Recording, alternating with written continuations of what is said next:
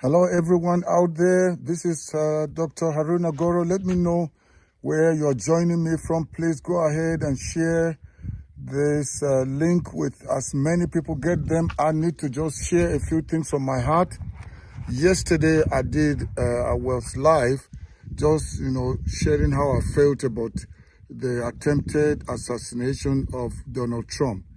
I know that different people have, their different perceptions about who Trump is, American politics, and they are saying, Haruna, you should concentrate on what's happening in Nigeria and in Africa. Why are you bothering about America? But let me tell you, as a person that has a heart and has a conscience, I care about people.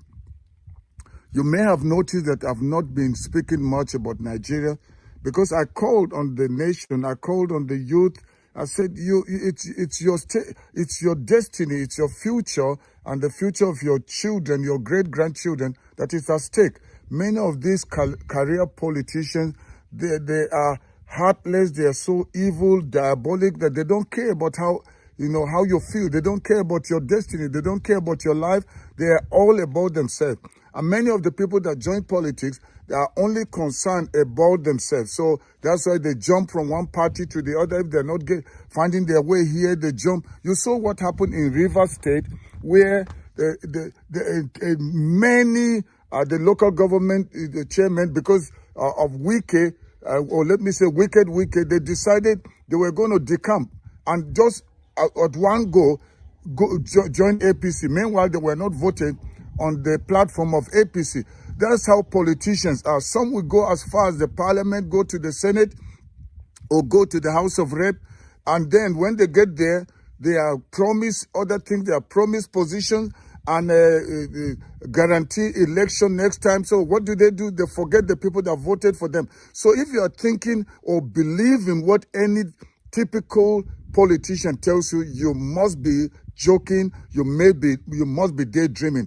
So yesterday I did a video and I was talking about, saying, I really felt, I'm not happy with what happened in America, how they almost killed Donald Trump. And I'm aware of the fact that not everybody likes Donald Trump because of the kind of personality that he has, what he has said about Africans, and so, and especially Nigerians. But it's not about sentiments, it's not about being emotional or being partisan. It's about being a human being. Donald Trump is a father, is a grandfather, is also a husband. If he had died, Melanie would have had no husband. The children will have no dad. The grandchildren will have no grandfather. And so somebody is saying, just forget that. Donald Trump should have even died because he is too over the top. He's too selfish. He's too proud and all that. It's got nothing to do with what you think, what you feel, or who Donald Trump is. The issue is that was politics, and we got politics imported to us. We are using what the Americans began, which is politics. We are practicing what they are doing, and they are still not perfect in it. That's why we see all the mess we see in politics in Africa. And when I was talking about Tinubu and warning Nigerians, I, as a northerner from Kaduna State, I was southerners, you are joining the Inyamiri people, the Igbos from the southeast, and you are against us as northerners. We must stand together and protect our north. We must not allow a southerner. So Tinubu being a selfish, greedy person, and many Yorubas are, and I'm married to a Yoruba, and I'm telling you, many of them, they will sell their conscience, they can sabotage, they can even betray their own brother for the sake of what they will get. And so Tinubu, because when he said Emi Lokon, he was desperate. He wanted to be president at all costs. And so whatever he was going to do, when they told him Muslim ticket, he went for it. Whatever they told him to do, he went for it. But now, are you not seeing what Tinubu is doing? And the people from the far north, especially the Fulanis, that sided that idea, that believed that Tinubu was coming to serve their interest after Buhari. And since he is going with a Muslim ticket, they went and hired and paid some fake people that became fake bishops. Christians did not go on uproar, didn't fight. They laid down quiet and accepted it. Now they are again busy preparing and planning for 2027. We were calling, we were saying, Nigerians, wake up, don't allow Tinubu be sworn in, because you are going from frying pan to fire. Didn't it happen? And that's what we're going through. So when I talked about Donald Trump, that was a human being. And let me tell you, you may have your own belief. I know I'm not in America, and what is happening there does not necessarily put food on my table, but I'm concerned about us, we that are so gullible. Go and see what is happening to the black Americans. They've been lying to them using false narrative that the Democrats are for them, they are for them, but they are suffering more under the Democrats. Even this assassination attempt, you will notice now they will start twisting it around. Some people are saying, Haruna, how are you sure it was not staged? Okay, you stage, if you want to be accepted, you want vote. The next time, stage a sniper to aim live bullets at you, and you just chop off a little part of your ear. Since it was Hollywood, it was not real. How people can be so daft. I saw this during COVID. I was warning people that that many of these Americans, Fauci, people like what is his name, Bill Gates, that they are out to take us down. They want to depopulate Africa. People are saying, Haruna, you have started with your theories again, and they are calling me a conspiracy theorist. That's how Northerners began to see me during the election, pre the election, after the election. They are saying, how can a Northerner be fighting against the welfare of his own people? People from my own area were angry with me, but I'm the kind of person that will stand for the truth. And I don't care. I'm not looking for anything for myself. Anybody that is happy and supported the attempted assassination of Donald Trump, you must be an evil, wicked person. Do you know that the entire mainstream media is creating narratives before this assassination attempt took place? Now, I'm not happy that somebody died. Others are critically in the hospital. But do you know the fight was they were trying to discredit what is his name, their own candidate, which happens to be the sitting president, the Joe Biden, because they wanted somebody else. So they started to pump on him, and he's this. And this is what everybody knew before. The whole world knew, but there has been a cover-up. Politics, you can't trust typical politicians. And they will use any means. They use the judiciary like what they've been doing against Trump. So it's really not about America. It's about the heart of human beings. When they want something for themselves, they are diabolic, they are wicked. And if human beings don't stand up, the masses don't stand up to fight for themselves, and they are trusting one politician, one person that's making promises that one day their fate or their lives are going to change, you are daydreaming. Even with what is happening in America. I'm not there, and so I don't really bother that much. But being, as I said, having a heart, I am concerned. And that's why I spoke the way I did. And, I don't want to make this video very long. You've not been seeing me doing broadcasts. And the reason is because I felt I've done what I needed to do. I warned Nigerians against Tinubu. They didn't listen. After they were trying to swear Tinubu in, and I told the nation, rise up and refuse it. And people were saying, let's just wait and see. Peter Obi said that he will go to court. I said the courts are corrupt. If the American courts are corrupt, is it Nigeria that is like the seat of corruption?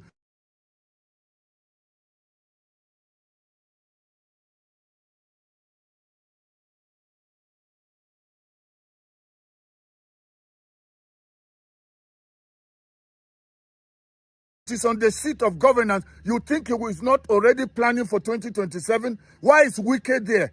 Why is he putting many of the people that are from Lagos and from his own tribe or Kingsmen? He's already planning for 2027. See what happened in Kenya. If Kenyans, the youth, the Gen Zs did not stand up to fight, Ruto would not have bowed. Ruto had to, bring down his cabinet. He's now have to get new ones, and he's prepared to listen to people and get advice from them. You see, it's because the Kenyans rose up. But Nigerians, since you are afraid, keep your mouth shut. When people like us are talking, don't open your mouth and talk and tell me I should concentrate about Nigeria and leave America alone. We have to learn from what is happening around the nations. People are standing up, but many Nigerians just talk on social media. They go and dance Afrobeat, and they're not thinking about what is happening. I am past 68 years. I should not be doing what I'm doing, but I'm doing it because I'm concerned about you people that are struggling. Nigerians are going through a lot, and we should not allow them to continue to suffer just because it is fine with you. Well, as I said, I don't want to make this too long, but it's up to you. From now on, I'll be doing broadcasts. I'll doing broadcasts not only about Nigeria. I will talk about South Africa, talk about Kenya, talk about Namibia, because currently I am in Namibia, and I'll be here for a long while. But being a Nigerian, that's why I'm concerned. I've been speaking, and I will continue to speak. Anywhere I see injustice, I will address it.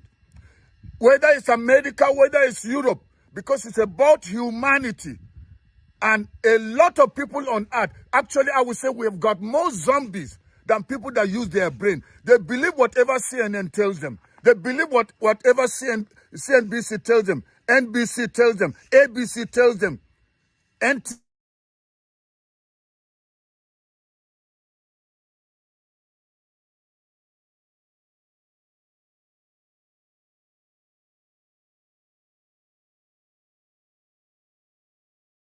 I will never back down. I'll keep speaking, but you will not hear me speak a lot about Nigeria anymore until you are ready to rise up and take your nation back.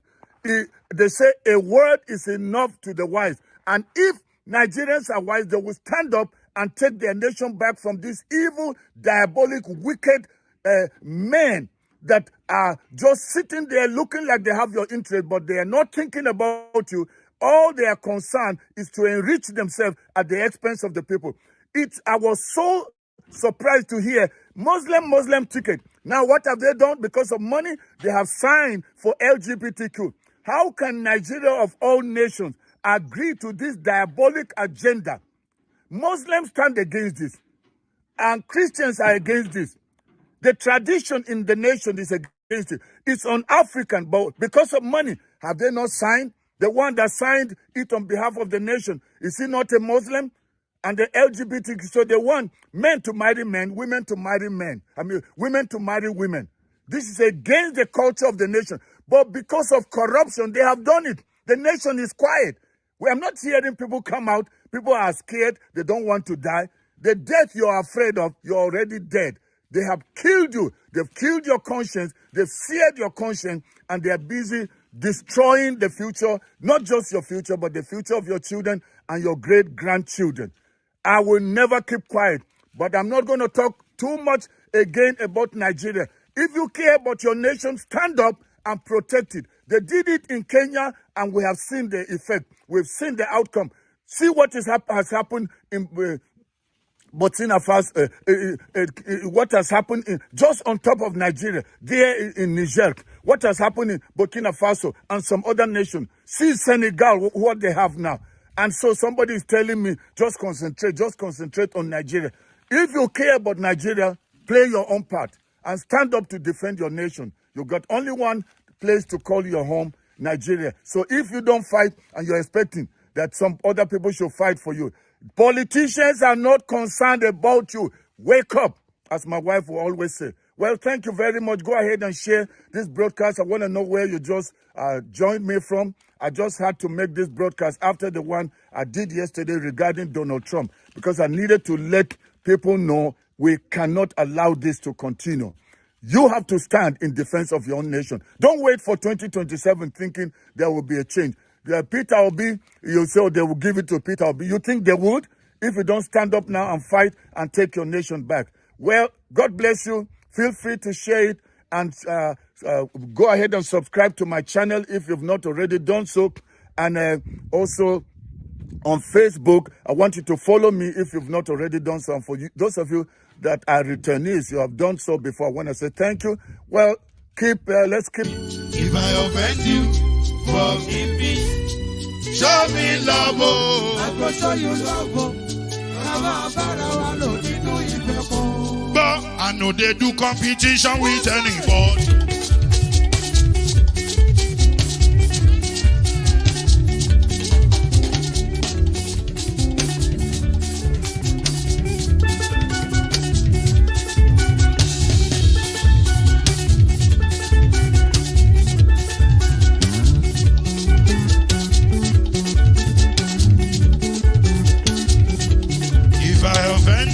Forgive me, show me love, oh, I go show you love, eh. Kama bara wa lo nínú ìfẹ́ kan. I know they do competition with anybody. If I offend you, forgive me, show me love, oh, I go show you love, oh.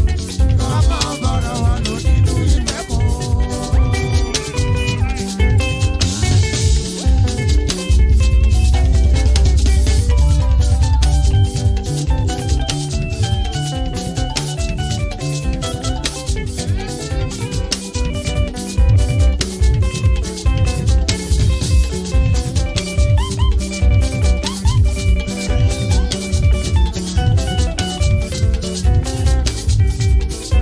They do competition with anybody. If I offend you, forgive me. Oh, tó bá ti sanwó fún Ṣẹ́gun nàbí o. Ẹ fẹ́ jókù. Alákọ̀bí. Ṣẹ́gun nàbí. Alákọ̀bí. Sábà mẹ́la. Anybody. Anybody? Any bobo. Anybody? Mo ló ń folú, ó gbà mí bó ṣe rí mi láti kíníṣí. Délé mo ló ń folú, ẹ jẹ́ ń sọ̀rọ̀. Délé o.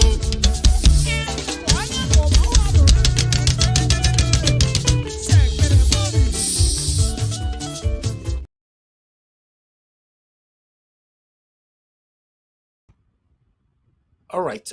Good morning, good afternoon, good evening to every one of you, my people. It's good to be back again. It's another wonderful day today. Happy New Week to every one of you. Today is Monday, 15th July, 2024. Thank you very much for your time with us today. Mother of all, Mommy Diaspora, good evening to you, Mommy. Thank you very much for all you do. I appreciate you always. Abu Azi, thank you very much for your time with us today, sir. Thanks for all you do. I appreciate you, Madam Pachata Bojomi. I can see you right there. Thank you very much. Madam Martina Bassi TV, good evening to you, madam. I appreciate you as well. Thank you very much, Madam Iris Finance. Thank you, Madam Albi Ashoko. Good evening to you, man. I appreciate you. Kajo Solomon, thank you. Gentleman Edo TV, thank you very much. Peggy Modi, thank you. Michael Abba, thank you. Agio Deborah, thank you very much. Guys, help us to press on that like button, help us to share, let our voices go far. Vitals, Elianya, thanks for joining us today. God bless you. Divine Cross, is good to have you on the show. Good evening to you, Leonard and Ozzy. I can see you right there. Thank you so much, my people. Enterprises, I can see you. Good evening to you. Thank you. Just do your part by pressing on the like button and help us to share. Also, press on the $sign. Support our work here. Mr. Joseph OG, thank you very much, sir. Fred Osagbovo, I can see you. Ben Osahon, Damien, I can see you as well. Metin Man, I can see you. Shooks Leo, Audio Matthew, thank you. CXL and many others that have already showcased on the screen. Michael Ganamaro just coming in. Good evening to you, sir. Wabo Phyllis just coming in as well. Luciano, thank you. Dr. Paul, Dr.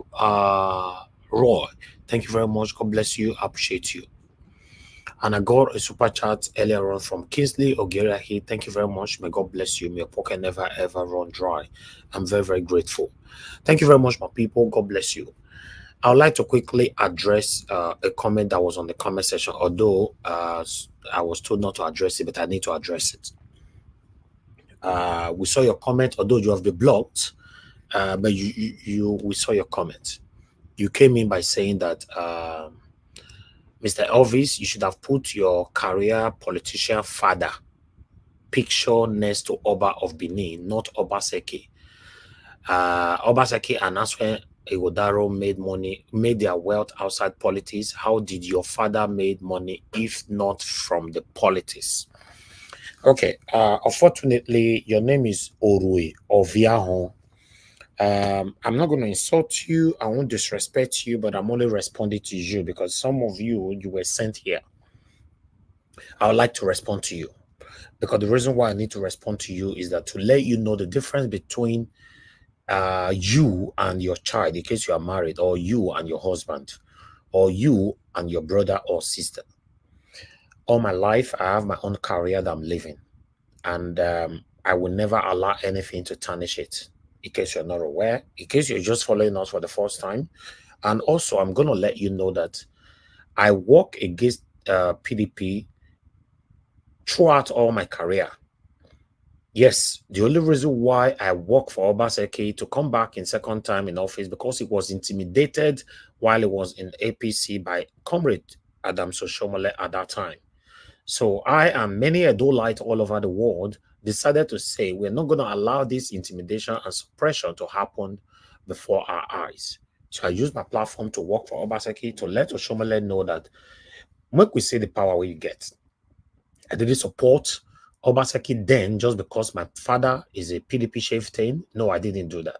I only supported Obaseki because I can't stand any kind of oppression. Then I'm going to let you know, in 2023 general election, I supported Peter Obi in Labour Party. Why my father was beside and behind article, satanic article. And I mentioned all of them on this platform continuously, and many of you can testify to that.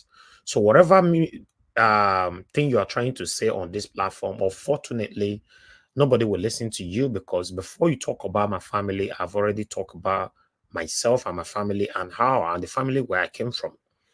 Yeah, there's nothing wrong if somebody was born with a silver spoon. It's up to you. But how you live your life, that's what matters.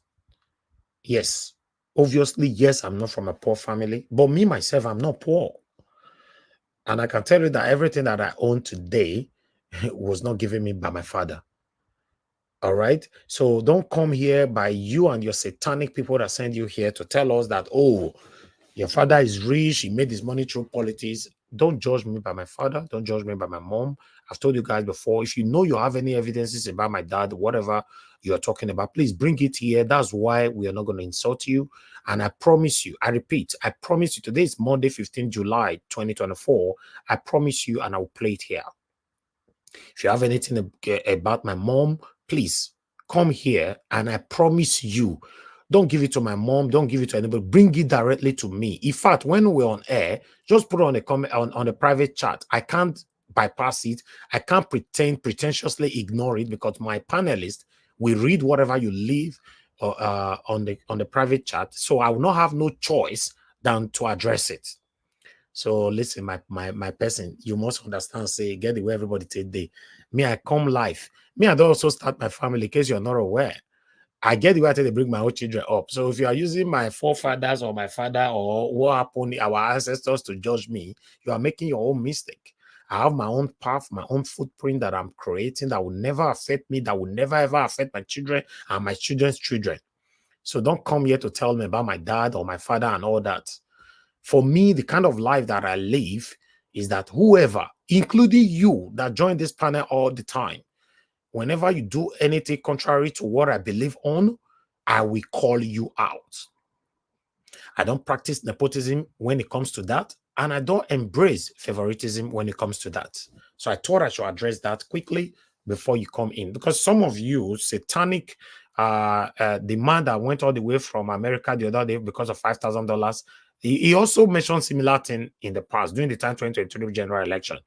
He called me out on his platform by saying, oh, if Papa is a billionaire or whatever, make they ask him, he's preaching rubbish. Make they ask him, if Papa take me money. What's my business? How my father made his money? How is that my business? You should be judging me. And if I was supporting the party of my dad, that's when you should even call me more out. And then what are you going to talk about? You don't have anything to talk about, because when Dr. Aswen, Barrister Aswen Godaro came here the other day, he also told you guys that Elvis's father is my leader. So what is there to hide? These are things I've been talking about for the past 5-6 years, if I'm not mistaken. So if I was hiding it or hiding it from any of you, as Aswen come here the other day, come talk and say, Elvis, you have exposed me. I'm also going to expose you. Your father is my leader. So how would I have explained or expressed that to you guys? That is why when they talk, say if you they talk, listen to yourself and be truthful. Because the lie where you lie today, tomorrow it will come to haunt you again. So whatever that you've left there doesn't have anything to do with me. In fact, what I'm looking forward to see is that you leave something on the comment section. Let it concern, make it be about me. About me. Yes, about me. Not about my papa, my mama. I'm at the comment section there with you. You know, if she do anything wrong, please help me to expose her. If you know fit, you they fear. Bring and come the panel. Just say, give your submission 8 minutes. Tell us, say, I'm sorry, I don't have any submission. Mr. Elvis, I'm here today. I have this evidence. I've put the link on the comment section about your papa and your mama. A plan. That is how we work. It isn't every children if you do it here they do today. You're not correct. Thank you very much, my people. I'd like us to move on. Now, God bless every one of you. I apologize for those of you that quickly wrote to me. Oh, please, there's this comment. Don't address it. Why not? I address things like there's nothing to hide. It's about me. Some of you people that is listening to me right now, you know me since I was born, or rather, since I grew up to know what I'm doing in life. So I get the way I live my life. I have clean record in Nigeria and I have clean record in United Kingdom. I hold a British passport and I hold a Nigeria passport. I don't have any criminal record to my name, and by God's grace, by the name of Almighty God, I will never have any criminality to my name till I die. That is what I stand for. I mean, not see your mate we travel all the way, whether I say you can, I don't know. We travel all the way from America, go Nigeria because of $5,000. Do I look like somebody that is hungry, that is looking for $5,000? I'll travel. I've been, even when it come Nigeria, me already did Nigeria. You see me say I go rough shoulder with these people. I was in Nigeria for 4 months. He came to Nigeria, they put up for hotel and everything. You see me with these people? Please, come on. God bless you all, my people. I thought I should address this quickly. I would like us to move on because we still have one video to play. Yes, today it happens again. But I'm going to post out a link for those of you that want to start coming in. You can come in now. Good morning, good afternoon, good evening to every one of you. I appreciate you all, my wonderful people. I still have one shocking video, and it's about our monarch. And if you see that person, we can leave that comment just now. He's an enemy to our monarch. Because if he's not an enemy to our monarch, if you see his statement was disrespectful to the monarch. Yes. You know, he said, put your papa picture near Oba of Benin, not Obaseki. So the person is one of the people supporting Obaseki to do whatever that Obaseki is doing right now in Edo State. Regardless of whatever Obaseki is doing, people like that, they are not interested. They just want him to continue. And I cannot be living and breathing and hearing and see any of you disrespect my monarch. I was brought up to have maximum respect for our monarch. So that is why you guys are hating me right now. Yes, it's unfortunate. Very, very unfortunate. But I'd like us to take this quickly, then we'll take it from here. Midwest people, sir, I need to see your face. Make I put you on the screen because you know, so all these satanic people now, they feel hide now with your name. I don't see you, Epa. I'll talk better. You know, if you see use your name, come in now. Don't want, because if they can write such a thing on the comment section, what do you expect from them? Thank you very much, my people. Please let's listen to this. Our Oba was taken to court again today. Those states scatter for the second time. We never see this before. To be honest, since I was born, I've never experienced this before.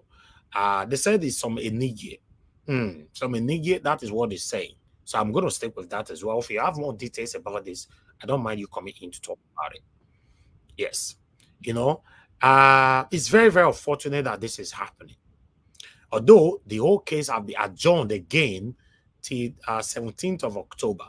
But the funny part of it is that both the previous and what happened today, that the Oba of Benin came to the court, all have been scrapped and they are going to start all over again. It means that the one we fair come is not counted. The one we come today is not counted. Let's start all over again. To me, this is disrespectful, is disheartening. I don't know how it's happening. I don't know why it's happening. To be honest, this needs to be addressed. So I thought we should talk about this. Louis, please let me see who is behind Louis. It's your first time here, I guess. Louis, what's your name? Amorodio. If you come here, you should be following me for a while. I don't really like announcing this all the time. When you're on the backstage, you see they don't bring you in. You on your camera, you show your face. We'll see you properly. We don't just bring people in like that. It doesn't work like that anymore. All right. Okay. While I'm And now to the news. The court case between some suspended Enigi led by the Duke of Ewobanosa and Egbain Siloko dukedoms in Benin Kingdom and His Royal Majesty Omonobanejo Ukwu Akpolokpolo Ewa II came up for hearing at the State High Court this Monday.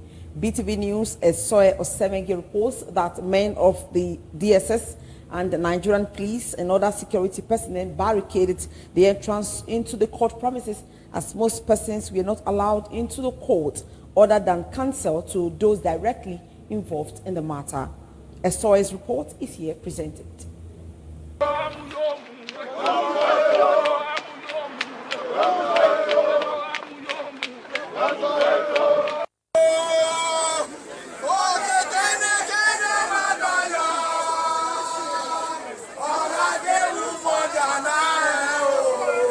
It was a rowdy moment as the mammoth crowds who came out in solidarity with the Oba of Benin, His Royal Majesty Oba II, were seen outside the premises of the Benin High Court following the refusal of security men on the ground who prevented the crowd of persons from going into the court premises. Sons and daughters of the great Benin Kingdom who are against the case between some of the Enigi and the Benin monarch left every other thing for the day to ensure of their solidarity with the revered Oba of Benin, His Royal Majesty Ewa II CFRO Oba of Benin. A number of palace chiefs were also seen at the court premises to openly support their king against the Enigi. The court proceeding, which was presided over by Justice Peter Ayihiero, was however adjourned till October 17, 2024. Speaking with newsmen, a former minority whip of the Federal House of Representatives, Honorable Barrister Samson Osaige, who is one of the lawyers in the matter, said the case was transferred to a new judge after the last adjournment and stated that according to judicial procedures, the matter has to be treated as a new case and hearing of the matter is expected to start all over again. I think you are all aware that there have been some postings within the Edo State Judiciary leading to the transfer of judges from different judicial divisions. Today, the Court 6 that is handling the matter has indicated that as a new judge, the matter will have to start de novo. What that means is that it has to start afresh because it was not the judge that handled it before that is now handling the matter. And that is the position of the law.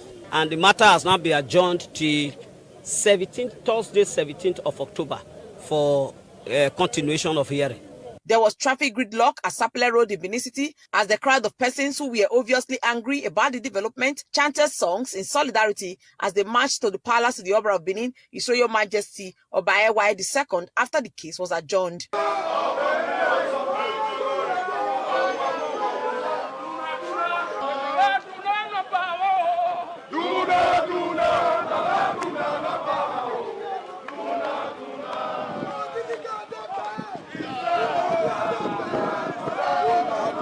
In an interview, some of the palace chiefs bared their minds regarding the case. They expressed displeasure at the manner they were treated by security officials who prevented them from gaining access into the court premises, stating that they are children of the Oba of Benin and should be allowed to represent their father the best way they deemed fit.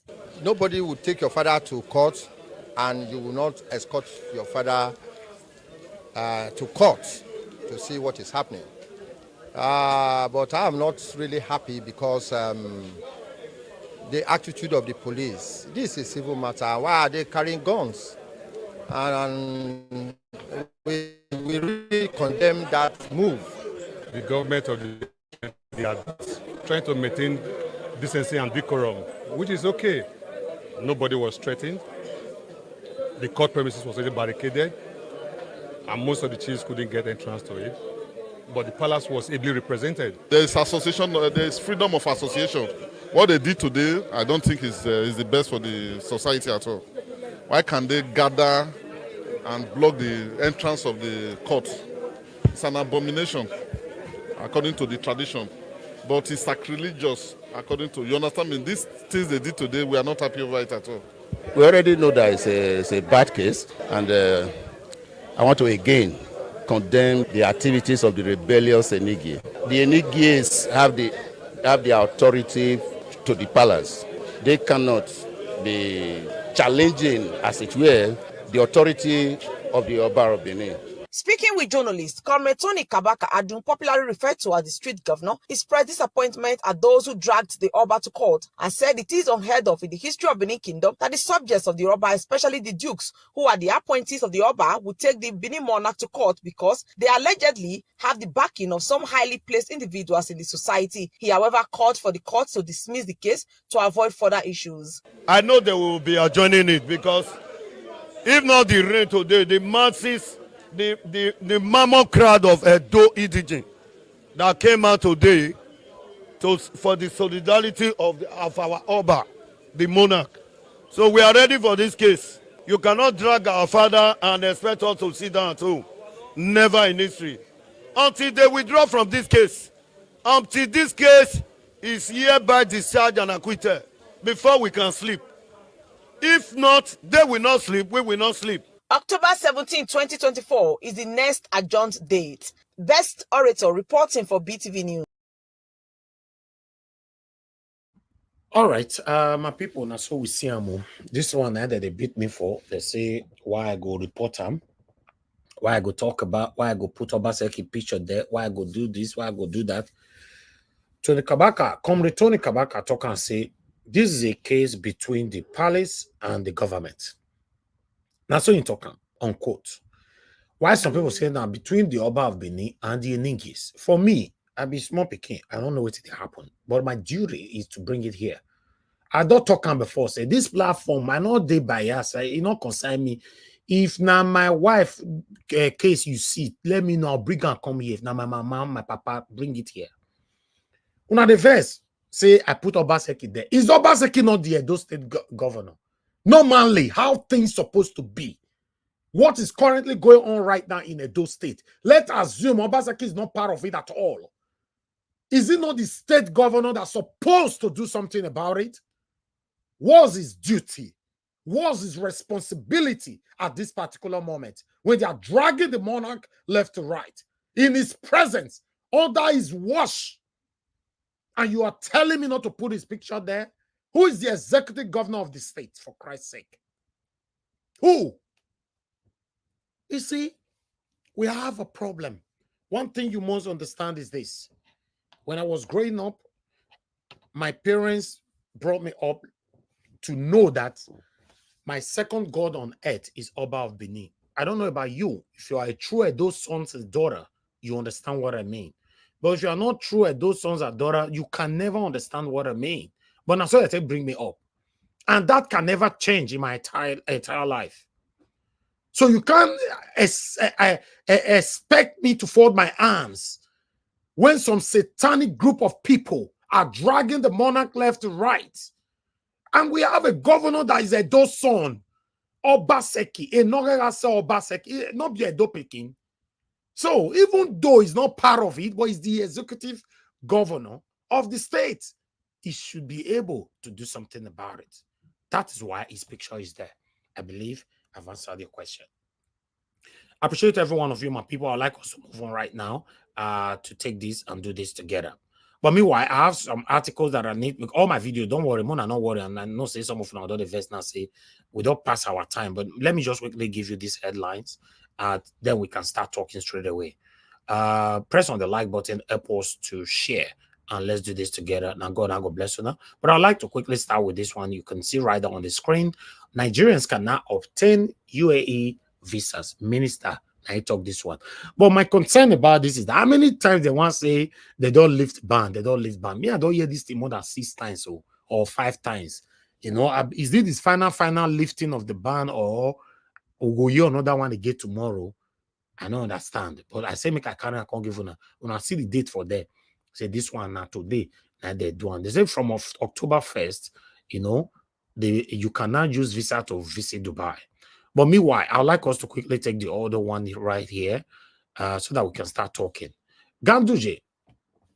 As you can see, Ganduje announces moves to end marginalization of Igbos. The national chairman of the All Progressive Congress, APC, Abdullahi Ganduje, has said the party has initiated moves to demarginalize Igbos to place them in the limelight of the national politics. These people should be ashamed of themselves. This is a public confession, to be honest, but I don't know what your opinion would be on this later on. But I would like to quickly take another one because I don't have enough time. So I just like to quickly take them the way they come. Please bear with me, my people. Let me bring another one to your screen. I still have 2 more to go. Oh, you don't worry, you'll soon start to hear our people's voice shortly. As you can see right there, Islamic cleric Sheik Gumi calls for peaceful protest over hardship under Tinubu's government. Says Buhari and other APC chieftains protested against ex-president Jonathan. Now, not true, Nabi. Although I'm not a fan of this man, but the statement where I read for us so not be true. I don't talk about before. Tinubu protested then. So what is wrong? Telling Tinubu right now that we all are hungry. Is there anything wrong with that?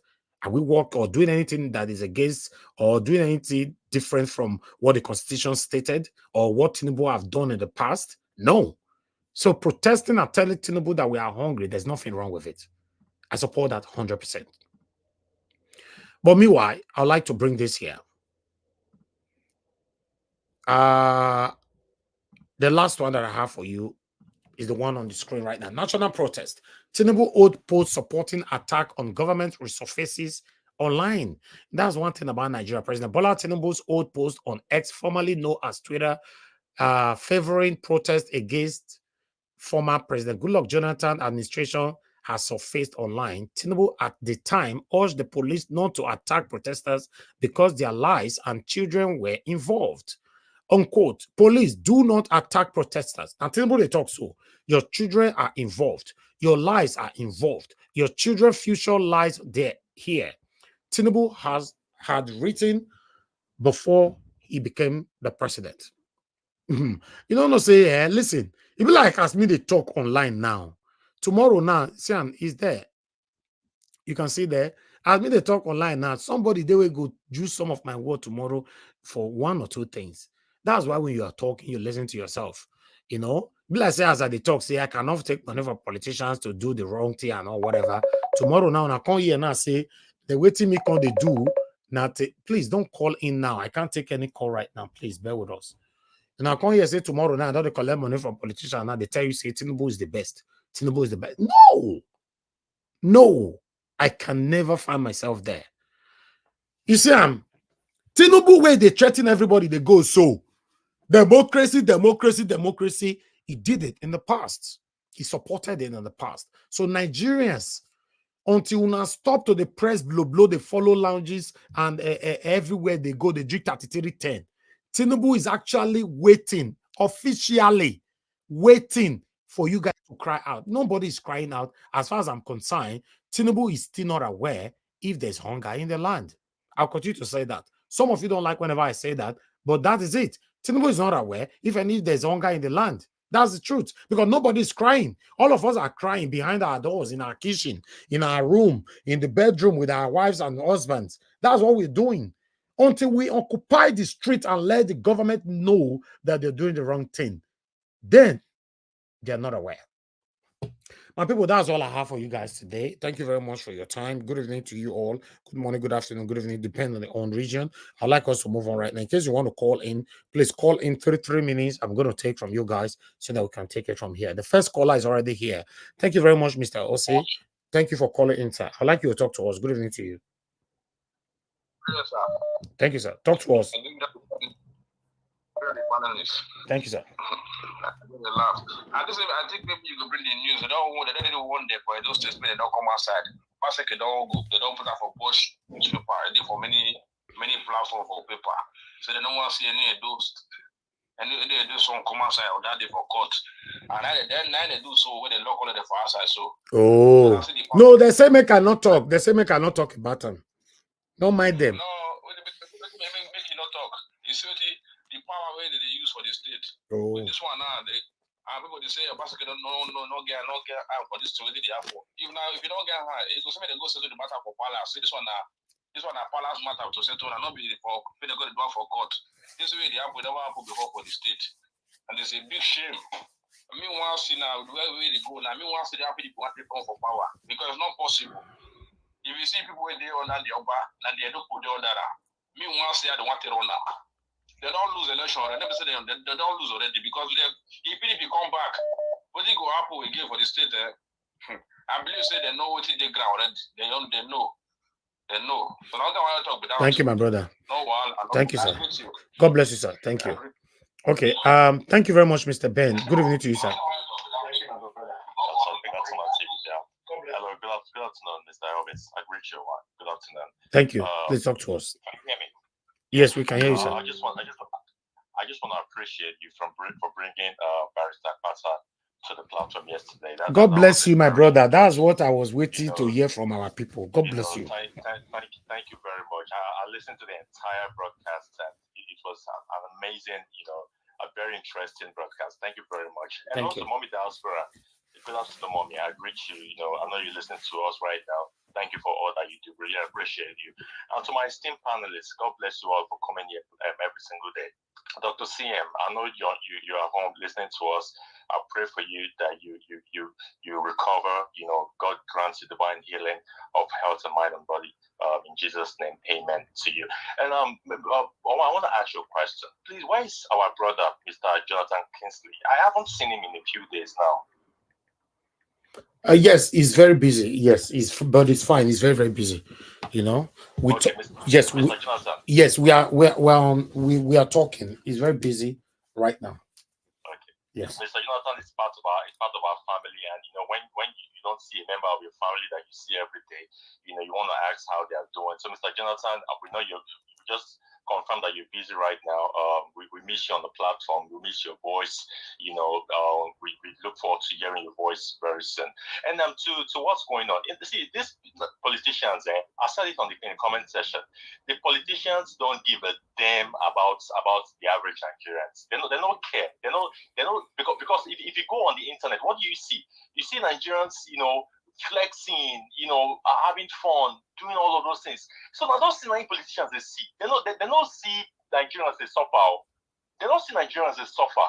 So until Nigerians decide, say they won't come and speak, they don't speak with one voice, nothing will change. Everybody needs to hit the streets and let these politicians know, which is a very silent majority, minority. Let them know that enough is enough. Enough is enough.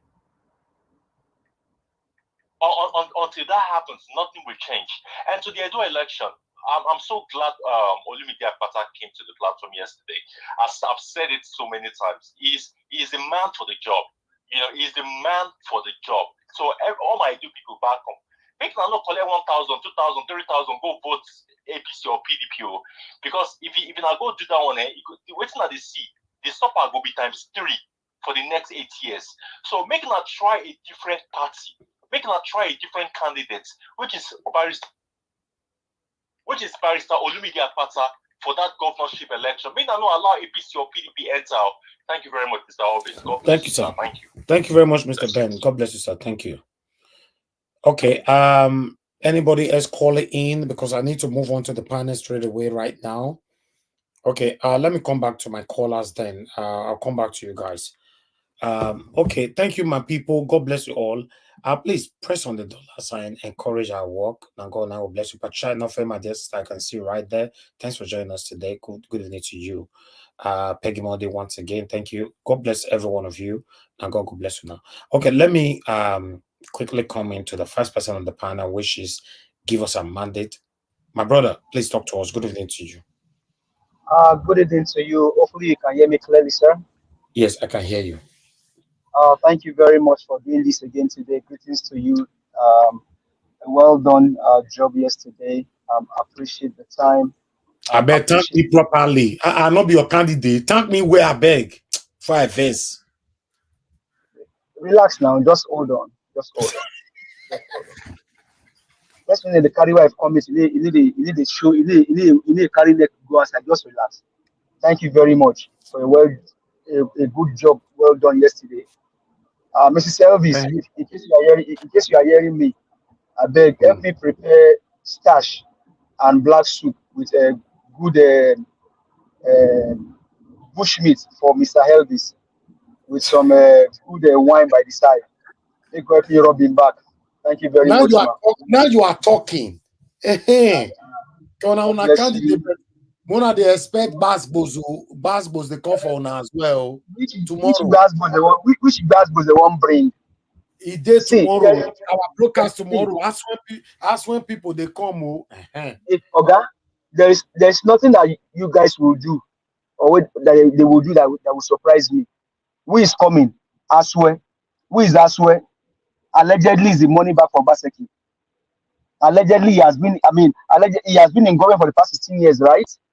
What is happening in those states today about the Oba? When you show Baseki in proxy, Aswe face self dead here now. You don't know. In proxy, Aswe face is part of what you show today. I was going to you quickly just make me quick start to the talk. I was going to come there. See, whatever you show now, whatever you do now that relates to our Obaseki in proxy, Aswe is part of it. Whatever someone does today, Aswe is part of it. Aswe was a governor for the past 16 years now. Allegedly, the money back for Obaseki. And people are saying that tell me the battle Aswe did. One of the battle Aswe did is that is the money back for Obaseki and Oshomole. 30 billion or 20 billion water some project went to which bank? Sterling Bank. Who is the chairman of Sterling Bank? Aswe Godalo. Allow Daro Economic Summit. Who is the chairman? Aswe. Is there any economic viable project in those states? No. Who is responsible? Aswe. Is that bad? That is bad and evil. Satanic. So now crown it all. Aswe told you that he will continue from where Obaseki stopped. Obaseki, we just show his face now. That allegedly is part of the people taking our Oba to court. You ask a very profound question, Mr. Elvis. Who is the executive governor of Edo State? The last time I checked, see today, Obaseki is the governor. Is Aswe part of that government? Yes. Will Obaseki have told the court, hey, you cannot drag my father anyhow? This case is discharged and acquitted. What did he do? He folded hand. He's also helping them. Is Aswe part of it? Yes. A case inside. Or your state, my own state. A king was to be enthroned. The family took the case to court, and I told you guys here, what has to do with tradition or our fathers, you don't take it to court. The governor of your state, Sheik, intervened in that matter. Obaseki, what is he doing today? Obaseki is supervising with the evil guys how they want to use the face of our Oba to rub ground. But Obaseki, you have failed. You fail woefully. You cannot mess the throne. You cannot mess up with the throne. I'm from your state. I know what the throne stands for. Even though some of these people they rubbish the throne. But when it comes to Benin Kingdom, you cannot drag you dare not drag that Oba anyhow. You cannot do it. You cannot do it. Not Oba in your state, not Oba in Lagos, not Oba elsewhere, not even Sultan in the north. These men, they have the staff of office like you have. Before you became governor, Obaseki, the palace has been. In fact, your forefathers, they made the palace on earth. Why will you do this evil? They are dragging your father to court, and you are saying you are a son of that state. What kind of son are you? So, Mr. Elvis, whenever you show Aswe's face, Obaseki's face, Aswe's face is part of it because they are all together. Same paradise, come paradise. And that's what we are telling Edo State. Edo people, open your eyes well. The only man for the job is Olumide Apata. That is the man for the job. That is the man for the job. So today now, Obaseki only now realized that there was rain in Edo State for 4 hours non-stop, and he wants to start dredging. Oga, you have failed woefully. You failed woefully. You failed. You failed woefully. People are saying even if it's 1%, give to what kind of 1%? What 1%? The money of Edo State is it their father's property? The federal allocation, the internally generated revenue, is it their father's property? Does it belong to them? Public fund must be used for public good and public people.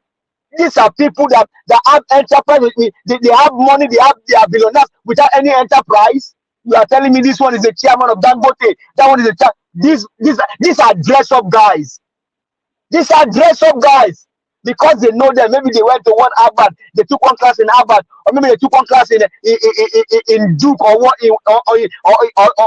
university. They dress them up and they put them on there and say they are chairman. What kind of chairman?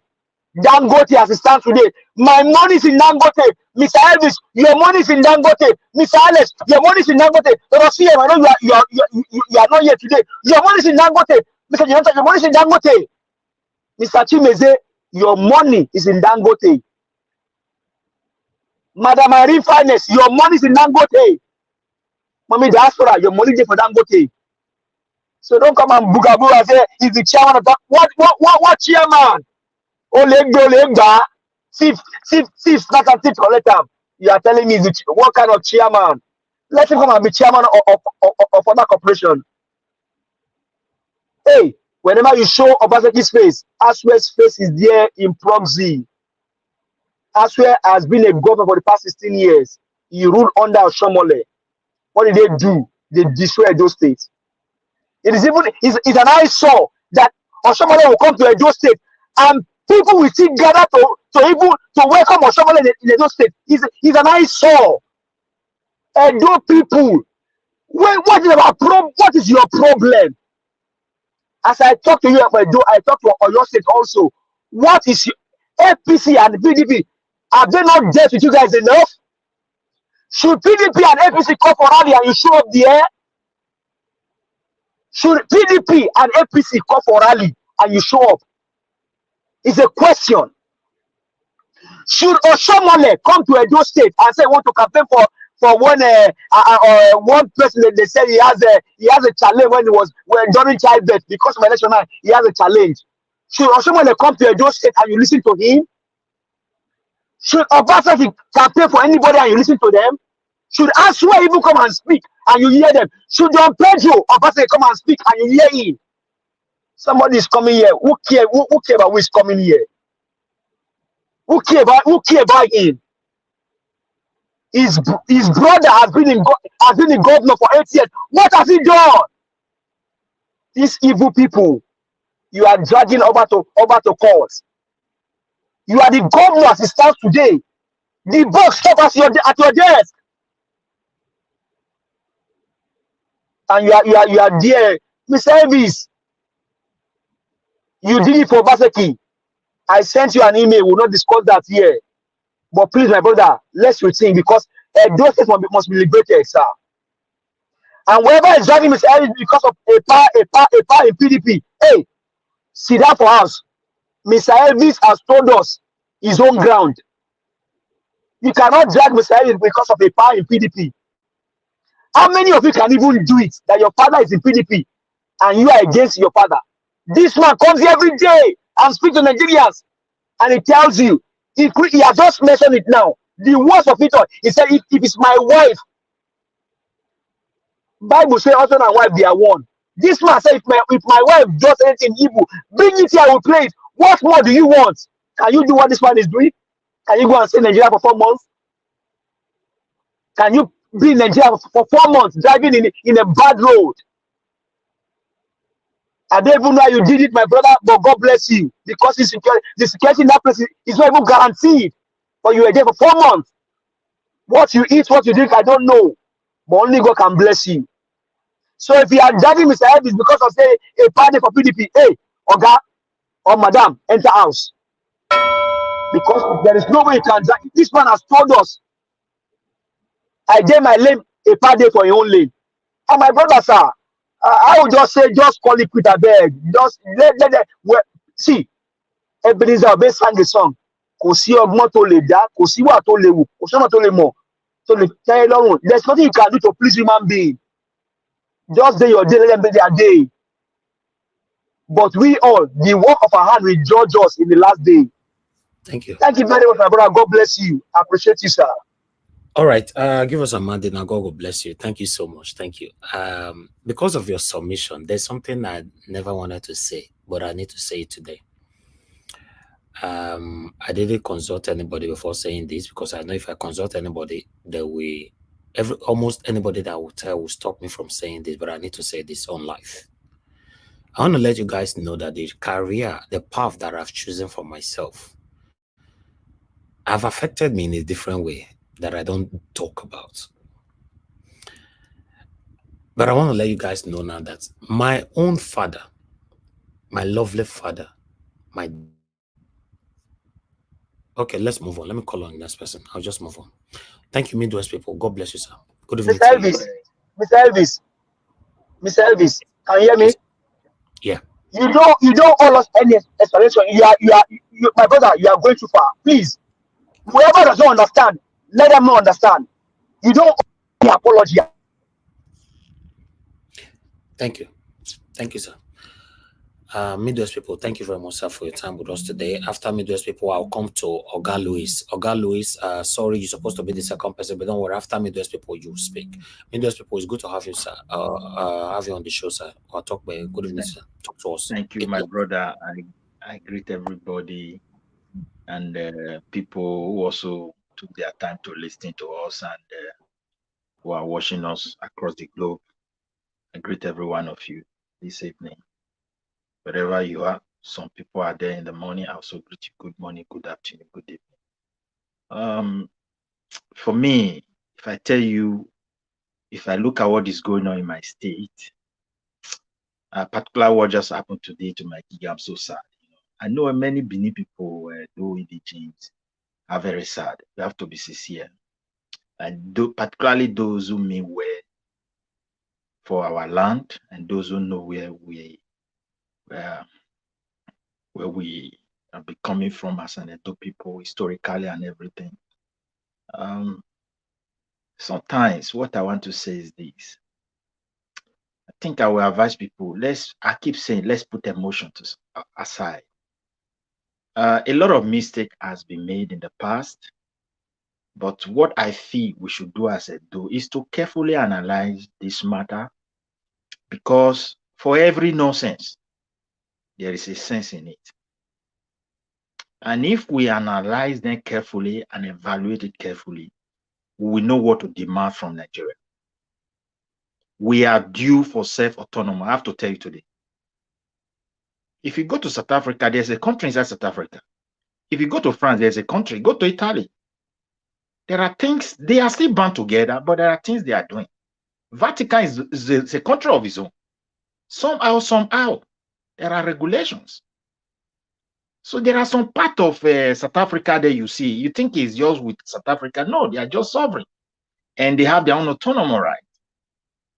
It is time we have to cry for it and ask for it. You see this country we are into, called Nigeria. A lot is going on. There's too much power to be. And that power struggle has derailed the progress of the country from day one. And anybody is hoping that maybe the miracle will just happen and everything will become Eldorado. You have to look at holistically. You have to look at everything holistically and understand what exactly is wrong in our country. It's a foundational issue. We need to think of ourselves and figure out what to do. What Obaseki have just done is not different from what happened, I think 1897, something like that, when Benin was invaded. We all know that history, but I don't want to insult anybody, family or whatever, because sometimes even we know the family is from, it's a well-respected family in Benin. Highly respected people, highly knowledgeable people. But at the end of it, look at what is coming from there today. That is it. Family is family, individual is individual. Like as you normally said here, you talk about yourself. Don't bring the past. Even they say your father made money too. They are making mistakes. Even when military were ruling Nigeria, no politics. Your father was already a millionaire. So they should go and search their history very well. The history of that land. He has been known as a businessman. So those who are saying politics, before 1999, Edige has been well known as far as Edo is concerned. So sometimes, if I look at the whole situation of things, it pains me that we find ourselves in this mess. Look, what is the problem between the king and the Obaseki? It's the Benin artifact. There's no other thing. This Enigi is so heartbroken to see an Oba uncle for any reason. Allah is skillful manipulator. The man is a professor, just to come into him, grab him, and use them as a tools. That's the greatest pain. Obaseki did not do what he's doing because he loved them. He was seeking for every opportunity to undermine the king so he can grab the artifact. Do you know how many people have been to the palace over one pain? They destroyed their house. They've done this. So many cases. Obaseki will go and block all of them. Do you know how many? And so many people are here who are those sons. They are so ignorant of the reality on ground. Everybody, a lot of people, but they can't come to street. It's a matter of time. All these guys who thought maybe Edo will be a place where they will just come and take like that and it will continue. They are joking. Aswen is not even a candidate. That one is very clear. It's not me that said the judge. If the process that brought somebody or the process is, there is no empathy, you just throw away people, select people to come and elect somebody, then what is the future of the land that they are coming to govern? People should ask them question. The process, only local government, that is the party, the same family, they want to elect somebody. You have to drive some people away, replace them overnight, sign document. And this is the person that want to come and govern all of us. If, for example, if they succeeded in winning the election, they will govern both Labour people, APC people, the PD people, and other parties. Look at the way he was selected. So we need to search our mind. The truth why I'm saying this thing is this: what the future holds for the land is so dark. People are saying we should do like Kenya. How is that going to be possible? Gumi will not tell me as a do person that we should go and protest against Tinubu, when exactly what is causing the anger is that people cannot go to farm. And it was Fulani bandit that shows everybody. And the only people can go to forest and talk with the Fulani bandit. And they have not been arrested. No questioning. We are not stupid to follow those kind of crap. And I know people, we have to think it properly. We are just different people. We need to agree that these things cannot work in our country. There's no way we can go to street. It's not possible. I'll be saying it here. Because those who actually created this problem are just power tasty, power hungry people. They have no brain. They have no clue about management, an idea of governing people. But they were just supported to seize the power for many years. Long time ago, even when the militaries in the north were exchanging power, they were already killing the country. Now it is playing out. So we can't just, because of emotion, and tie to one person. I will advise my do people to cut everything short. Go and elect someone that you know that understand the needs of the do people, who live with the do people, and who has lived with the do people. No stranger. We have learned our terrible lesson, heartbroken lesson from Obaseki. Even what we gave to Obaseki last 4 years ago, you cannot be so wicked to start a path that will create pain to those same people who stand for you, who put their life online because they want you to be governor, sending money, the first history of that state, to support you. You can't think twice. This case is not a case of a Nigi, a rebellion. What is a Nigi? Now today they suspend the Nigi. It has been happening historically. It's just because at a point it was in good relationship with the Oba, how he praised the Oba, supported them to stop this human trafficking, Italian government. So that's why they even bring it this. And all of them, the European Union of that effort. Okay, my time has expired. Hello. I had some little noise there. Are you hearing me? Hello. Mr. Yes, sir. Evans. We can hear you, sir. Go ahead. We can hear you.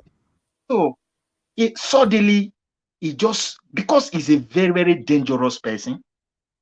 I haven't seen praises in the presence of the Oba. They work together.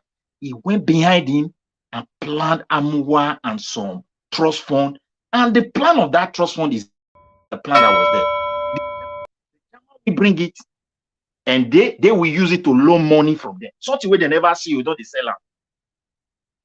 And since that day, now this matter take on rich court. It's shameful for Professor Thank you, to sir. allow this devil to manipulate him and drag his. Thank you, I don't know. Thank you, my brother. Thank you very much, sir, for your wonderful submission, and thanks for also speaking on my behalf. God bless you, sir. Thank you. I appreciate you. Okay, Madam Origin, thanks very much, ma, for calling in. Good evening to you. Please talk to us. Hello, Mr. Niger Watch. How are you? Thank you, ma. I'm very fine. Thank you, ma. Okay. Let me say this very quickly. Anything, I trust your mom. I respect her, and I, have a lot of respect for her. For very obvious reasons, she comes here every day, and I know she loves you so dearly. Apart from this work you're doing, she loves you. Now, anything she wouldn't want you to say, don't say it. Okay? It does not, you owe nobody. You don't owe anybody explanation for what you're doing. Mama Diaspora, I greet you, ma. God bless you for all you do. Thank you, Mr. Niger Watch, for this candlelight. And let me tell you, we have all been disowned. We are all being disowned. In fact, including the ones that speak from two sides of their mouths, the ignorant ones, the ones that I call, thank God for our elder statesman that spoke early, from his platform, Dr. Guru, right? Yeah, Dr. Guru, yeah. It's okay. Aruna. He gave his presentation, Dr. Aruna Guru. Yeah. All those, even the zombies that are acting like they don't know what is going on. Some of them, I call them human AI teleprompted prompters that just speak. They don't know what's going on, and they are talking. If only they know what is going on, they will stop blabbing and face and go and make research on what is going on and then behave. But because what they are sitting on, they have no idea. So like I said, my dear brother and my friend, we all have been disowned from our common patrimony. So we are all here together. Don't worry that you're disowning. The bigger one, which is the common patrimony, why we all look like we're in exile, is because the people that we trusted that are supposed to be parents and supposed to know what they do, what they know to do is to make sure that they don't do the right thing and have left their children in servitude. They love the fact that their wives are servitudes, their children are servitudes. They sold their conscience. I'm not saying talking about your dad though. His own is even over because the main ones, the ones that if you call their names now, they have received, some of them, they are monuments upon. We walk and they talk like they mean well. But these people, so don't worry, don't feel bad. I mean, you owe nobody. I just came here to tell you, owe nobody any explanation. Just don't mind all this. I thank God for Dr. Haruna. He said they are zombies. They don't know. They are just blabbing. The human AIs teleprompters. They should go and research. They will come back and respect you. I rest it there. I don't want to say much. Thank you, ma. Thank you, Madam Origin. God bless you, ma. Thank you very much. Okay, let me pick another call. Mr. Alex, thanks for calling in, sir. Please talk to us. Good evening to you. Thank you, sir. Can you hear me? Yes, sir, I can hear you. Please talk to us. Thank you. Yes. Thank you, Mr. Najawash. I want to thank everybody on the panel, Mommy Daswell, my dear panelists, Mr. Najawash, thank you for everything you're doing. I sincerely and I am really heartbroken as a Benin son. It has never been our character in our history for us to betray our fathers and our mothers. We are brought up to respect our parents, especially when they took care of us growing up. If the Oba of Benin, the past Oba or the present Oba did not give the enabling environment, Obaseki's father and mother will not get married and give birth to Obaseki and raise him to the level he became before he left for Lagos.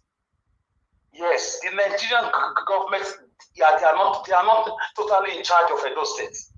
Those are more loyal to the Oba of Benin than the government. You can take that to the bank. Even the federal government is aware of this. For you to train up the child, you bring up the child, you allow him to prosper, you allow him to prosper, and the child turns against you because of selfish interests. It's just a shame. It's just a shame. Politics or no politics, this is very embarrassing. This is very, very embarrassing. It's not a Benin thing. It's very sad. This is not about not building markets. This is not about not building schools now. This is not about the money you are looting because of the returned looted artifacts that the federal government said belong to the Oba of Benin. Because of the €5 million allegedly attached to it, you just lost your mind. The governor that is in charge of allocations, grants, loans, IGRO, what else do you want? Running into billions, hundreds of millions of dollars, €5 million, and the artifact is not your problem. To disgrace your father.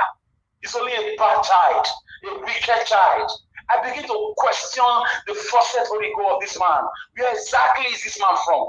I call on all historians, archaeologists, I call on all lawyers, all social scientists to go into research and look at where Mr. Obaseki is actually from. We have to check his background again. We have to run an historical forensic analysis on this man. This is not a Benin nature, it's not a Benin character. It's very, very sad. Sheik said it's not the government that is fighting the Oba. Who is blocking people from supporting the Oba today? Who barricaded everywhere? Who is stopping people from standing in unison with the Oba? So when I talk, people say I talk too much. People say I'm talking in bitterness. I hate him. Where are Obaseki supporters today? Where are the PDP people whose government has openly disgraced the Oba to the whole world? Say it not in guards. Publish it not in the streets of Askelon. People are watching from far and near. How are the mighty falling? It's a shame. And history will not forgive Obaseki. Political history will not forgive him. Traditional history, archaeological history will not forgive this man. Life is not forever. This is a bad record. It's a bad precedent. I call on those to have a sober reflection. The same guy that really sold us to the Ruga Fulani system, where those who have been raped, kidnapped, and killed under Buhari government. More than 200,000 people were killed according to Amnesty International. In Nigeria, 1.1 million souls were killed, although the federal government denied it. But there were evidence, there were videos, there were proof. Our governor refused to even make a press conference to condemn the killings of the Fulani herdsmen. That was when I began to suspect. I cried out. I tried my best, Mr. Elvis. You can testify that I tried. It's been 3 years. People hated me. They sent me threat messages. I had to change my life. Mr. Elvis, if you can remember, my former WhatsApp line is not going anymore. Forget about what I told you. People were threatening my life. They were sending me messages. I should stop. What am I stopping? Every day I encounter the failure of government. Every day I see what is going on. I'm saying the truth. I have to throw away that line. So to crown it all now, you have disgraced yourself, not the Oba of Benin. Government will go, government will come, the Oba remain on his throne. I stand in solidarity with the Oba of Benin. I stand with the historical artisan of the Oba of Benin. I stand as a true son of the kingdom, and I owe my loyalty and respect to the Oba of Benin. Obaseki, you are a disgrace. And your candidate will not win elections. All right. You must show us what you've done to make us, vote for you. Naija was, thank you. I saw what you were saying. It was very touching. Some things you were trying to say, even the few ones you just threw out, I grabbed it. I really sympathize with you, and I will always stand by you, my brother. I know you are not perfect. I will always stand by you. I know you are a good man. A man that single-handedly brought those state governments on his knees during the demolition and the land grabbing saga. You won my heart from that time, and since then you've not looked back. So I will stand by you, come rain, come shine. You have a brother in me, a brother from another mother. So thank you very much. Thank you. Thank you, my lovely brother. I appreciate you, sir. Thank you. Okay, let me take this last call. That we can move on. Thank you, sir, for calling in. Good evening to you. Your name and where you're calling us from. Hello, can you hear me? Hello, sir. Your name and where you're calling us from. Good evening to you. Good evening, Mr. Naija Watch. Thank you, sir. Good evening to you, sir. From Denmark. Thank you, sir. You see, Naija Watch, Mr. Your name is English. Elvis is English name. I began to follow you since last year from the election. And the kind of zeal you have, the second time I'm telling you that this is the kind of zeal I have. So yesterday, there is something you said about these people are billionaires. I look at it, I don't want to, because I don't have much time to speak yesterday. And if you are in UK now, you have a property worth of £550,000. You are a billionaire, if you are not aware. So most of us here in this platform are billionaires. And you always tell us about your life. At my age of 23 years, I have already come to Europe, from Europe back to Nigeria as a millionaire at the age of 23 years. I'm not up to 50 as I'm talking to you. So anybody who is coming to public office is coming to serve. It's not a rich man. You are coming to serve the people, and the people are going to pay you. Now, talking about all these lawyers with the name of the barristers, these people haven't done anything in our midst to deserve to call them lawyer or barrister. Because in UK you are today, the people who makes the law works, who makes the people of British and Denmark be free today are the lawyers, are the activists. You cannot mention one lawyer who is a billionaire there. So anyone who is in Nigeria and is a lawyer is telling you that he's a billionaire, is a criminal. Because activists, you study law to fight for the people who cannot speak for themselves. That is what makes you to go into law, to fight. That is professors. But they are not doing it. So they don't have this, all these people don't deserve any respect from me. I'm telling you today, I saw your mind, I see your zeal, and I'm giving you every support to make sure that your state is delivered from all these evil men. These guys are very mean, man. Forget about all the classes they have. They study this. All these guys they are all crook. Somebody have said it already. Go and study then go there. Back in the 80s, back in the 90s, you will find out that this guy is nobody. It's our government they are feeding from. It's our resources they are feeding from. They have nothing. I have refused them right from during Jonathan time to take their oath, to worship them, to become some whatever. I don't need it. I want to be free. And I want my children to be free. Whatever your daddy do, you have already put a very great legacy. You don't know what you are doing with Naija Watch. You are putting a great legacy that your generation unborn shall inherit and see, this is what my father does. And your father, after the death, death tears everything apart.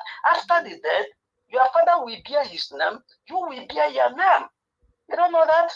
Thank you, sir. That is the job you are doing now. If I told you what I go through, you will be shocked. I know it's not everything we say, but the way you speak, it touches me. That is what makes me to give support to someone who was a leader of a group, and we fought. I made him to be popular. I made him to be known in Nigeria. I don't want to say it, but when he came out, I will speak, and the world will hear my voice. Thank you, Keep sir. it up. Do not give up. Fight. Yes, It's what you are doing is to for generations will live and praise you. Thank God you, sir. bless you, man. Keep it up. I really appreciate you, sir. Thank you very much. God bless you. Thank you, sir. Okay, callers, I need to move on right now to the people on the panel. Before that, I would like to quickly appreciate Kingsley Ogeria here. Thank you very much once again. Mr. Joseph Oji, thank you very much, sir. I really do appreciate this. People can never run dry. Thanks for always being there, all of you. Thank you. Thank you for the wonderful comment you guys have left on the comment section. I'm gonna go bless you now. Thank you. Whatever we're doing here today, we just want to see Nigeria become a better country in our time. As you and I know that you won't live forever, I won't live forever. Okay? People are losing their lives every day. Unfortunately, yeah. You're not better than them. You know, maybe you were just being lucky. Yeah. None of us is better than people losing their lives every day. So we need to be grateful, stand for what is right, do what is right at all times. Thank you. God bless you all. I'd like to finally come to Oga Louis. Oga Louis, thank you very much, sir, for your patience. And I guess it's your first time on the panel, sir. Is it your first time here? Hello. Good afternoon, everyone. Thank you, sir. Hello. Is it your first time here? Well, this is my first time coming in, but I'm always watching you on YouTube. I follow you on YouTube on my other channel, so I always watch your program. So this is my first time. All right. I would like to quickly appreciate you. Thank you very much.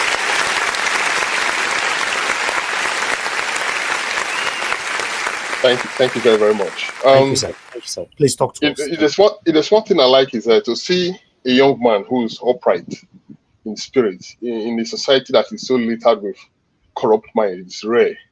You know, I think the problem is most of Edo youth need to understand, or Edo people need to understand what is happening.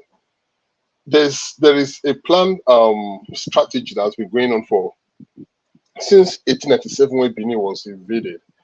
When the Benins we lost our sovereignty, and while we were still going through that process, I think it was between the time of 17 years when the Oba was sent to Calabar. So while we were going through that, Lugadas at that time, you know, had a meeting because the northern region of the Southern Protectorate were two different protectorates at that time, but they saw that the north had no money.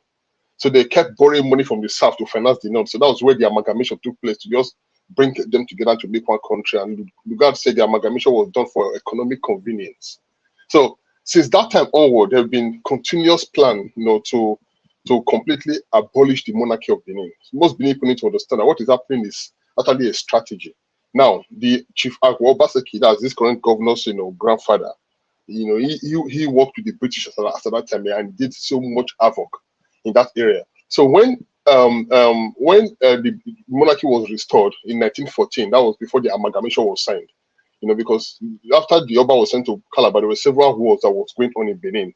You know, some chiefs were still rebelling, and some Benin warriors were still fighting the British. So it was so intense as at that time. So after the Oba of Benin died and the son was to be coronated, after the son's coronation, the amalgamation, it was easier for them to sign the amalgamation of the Northern and the Southern Protectorate, and it now became what is now known as Nigeria. So now, youth need to go take their mind down memory lane or read history to know the fight that the previous Oba fought. Oba Akenzwa fought, and you know, he was Oba Akenzwa's fight that brought Edo College and many of the things. It was Oba Akenzwa's fight that actually created the Midwestern region when we had the referendum. 1963 that created the Midwestern region from the Western region. You know, so we need to understand what is happening.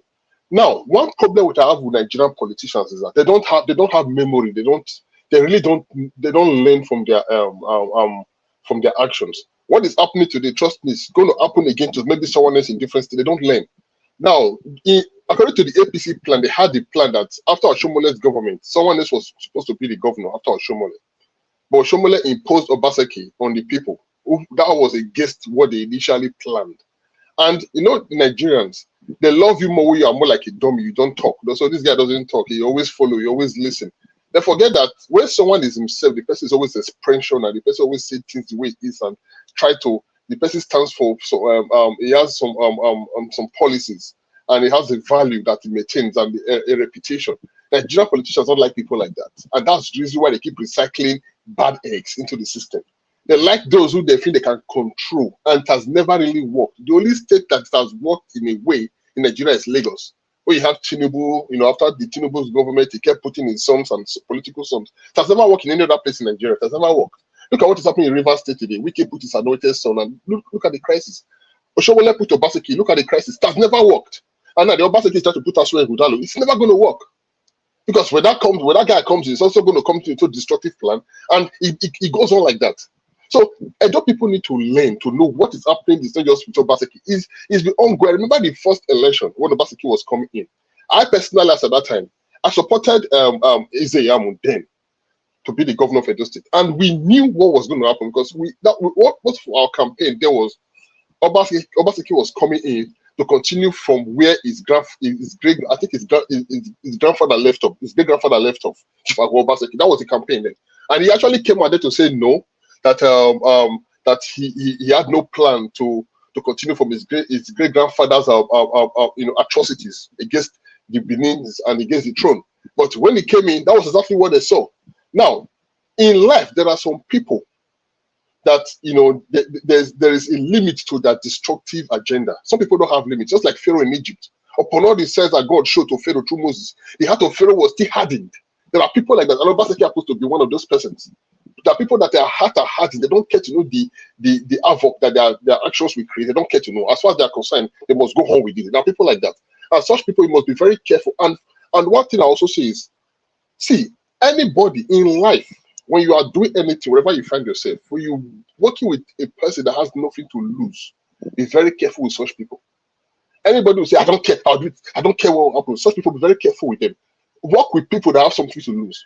A man that has something to lose is always very careful of his actions, always careful of what he does, because you understand that maybe he has a family, maybe he has a mother, maybe he has family, or he has people he cares for.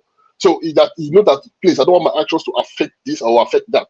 But when you deal with an individual that has nothing to lose, such people, be very careful. I know that's who Obaseki is. And that's the reason why Oshomen actually liked him. And on that Nigerian head of state that worked with some few persons, that was General Sani Abacha, when he was working with Mustafa, Sergeant Rogers, and all that. But those people, they had no friends, they have nothing to lose.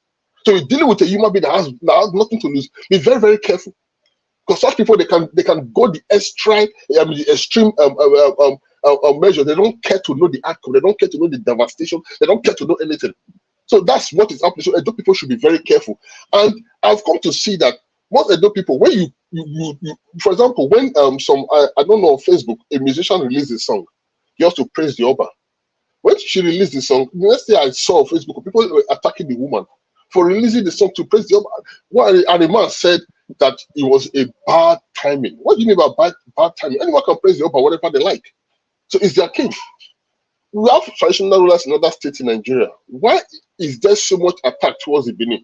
We have to be very careful. Benin people should open their eyes. There's an extreme attack towards the Benin tree. Not also live from Obaseki, from other neighboring tribes. We have to know what is happening. This whole thing is an agenda that started since the year 1897 when British invaded Benin. It's an agenda. The plan is to completely abolish the Benin throne, and that has been going on for a very, very long time. So we need to know what is happening. We need to understand that we have an institution to protect, and we need to also have a mind for good governance. I personally, I advocate for Olumide Akpata, who was the former president of the Nigeria Bar Association. I've looked at all the candidates. The guy from APC, I really don't know why a same man will vote for a man called Peter Obeol. I don't even know who he is. A man that doesn't speak, and they keep telling us that it's not by talking, it's by walking. Okay, if it's not by talking and it's by working, he's a senator. What has he done from his position as being a senate?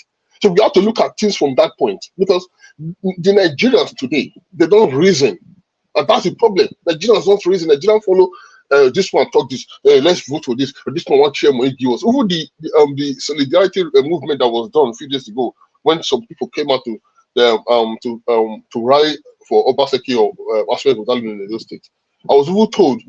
A news came out that there was an amount of money that was also budgeted to pay these same persons.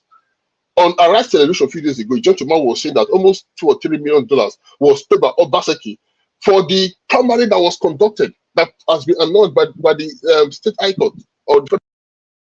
So $3 million of the people's money was spent, for Obaseki. I mean, paying the National Working Committee.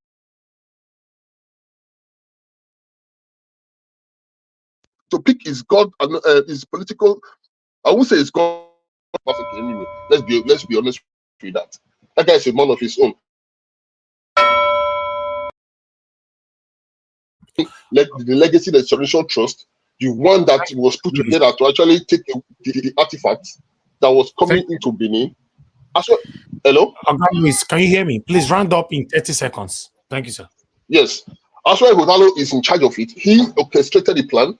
And also, Aswa Godalo is also in charge of the funds that's coming to the state. He orchestrated the move to not allow the Oba of Benin have those artifacts and put them in the museum that was proposed by the Oba of Benin. He came up with this whole idea to say, okay, no, they should have it. So I have folks in the government. I know what is happening. I go to Benin a lot, even though I'm currently in London at the moment. I mean, I've been in and out of London anyway. This is where I've done all my studies and I was born here. So I'm always in Benin. So I know what is happening there. So we need to open our eyes to understand that there is an agenda against that plan. Thank you.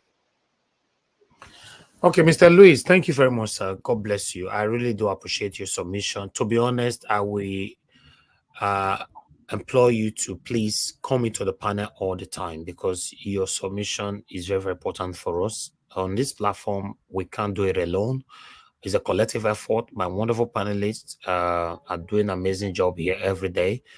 I'm learning from them. They're learning from me as well. So please, with the submission today, it means that we are going to hold you so tight. Please join us and give a submission once in a while. If you can do that at least every other day, that would be very, very wonderful. God bless you, sir. Elvis.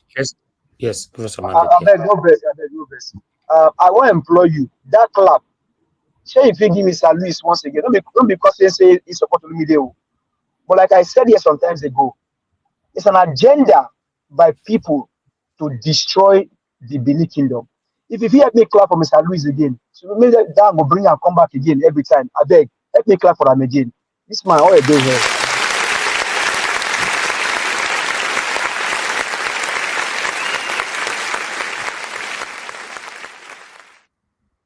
Okay, thank you. Thank you very much once again, Oga, Mr. Louis. We appreciate you. That was an amazing submission. Thank you very much. Thank you very much. Deeply appreciate. Thank you, sir. Thank you. I'd like us to move on right now. Maka for JB, thank you very much, man, for the super chat. Thanks for joining us today. Thanks for all you do always to encourage our work here.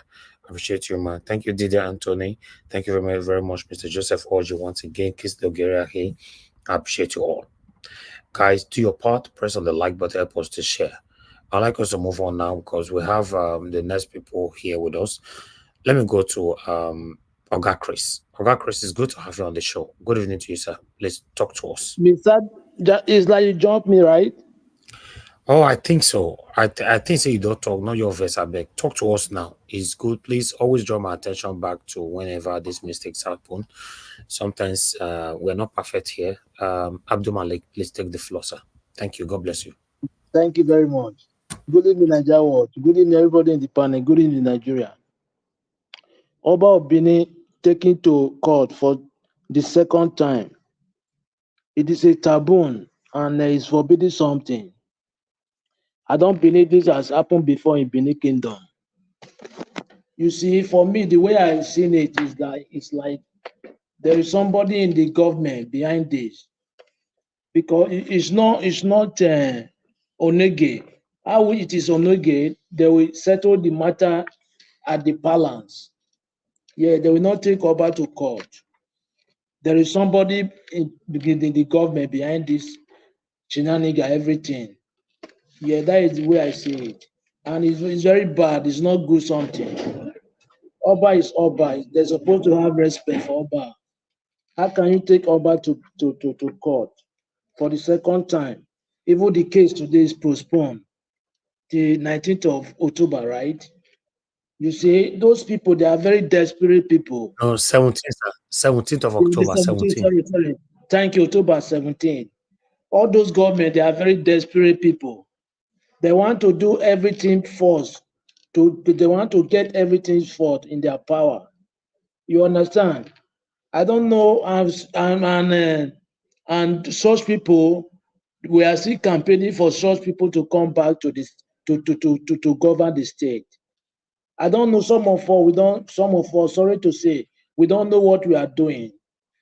How can you take Oba, a Oba to court? Imagine, what are you doing? Oba have his own power. It's like he have your own monarch.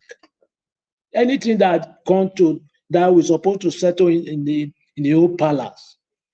How can you take Oba to court? It's a taboo. It's forbidding something. It's not something good at all. I'm telling you the truth. You see, and such people, they are still there. We are seeing some of our indigenous Benin citizens, they are still campaigning for such people to come back. I don't really know how some people we are reasoning. Our reasoning sometimes, our faculty of reasoning is very backward. Yes, I'm telling you because Oba need to be respected, no matter what. No matter what happens, the matter need to be settled at the palace, not to take Oba. You take Oba to court. Well, those people, they need to be very conscious, understand? Because I see no reason why, and we are still campaigning for people to come back to state, for the state to go and rule the state. I don't know. You see, and this guy now is almost like November 9, we turn or we finish. How are you going to leave that state? You cannot leave that state, cannot live there. Because it's an history. What is doing that is an history, something can never be clean. You take a whole Oba to court. Why, how? Who give you that power? Who give you that right? You don't have the right. Oba is Oba. Oba have his own monarch. Anything that comes to Oba is supposed to be settled by his palace, not to court. It's very strict something and it's taboo. Yeah, that is for that.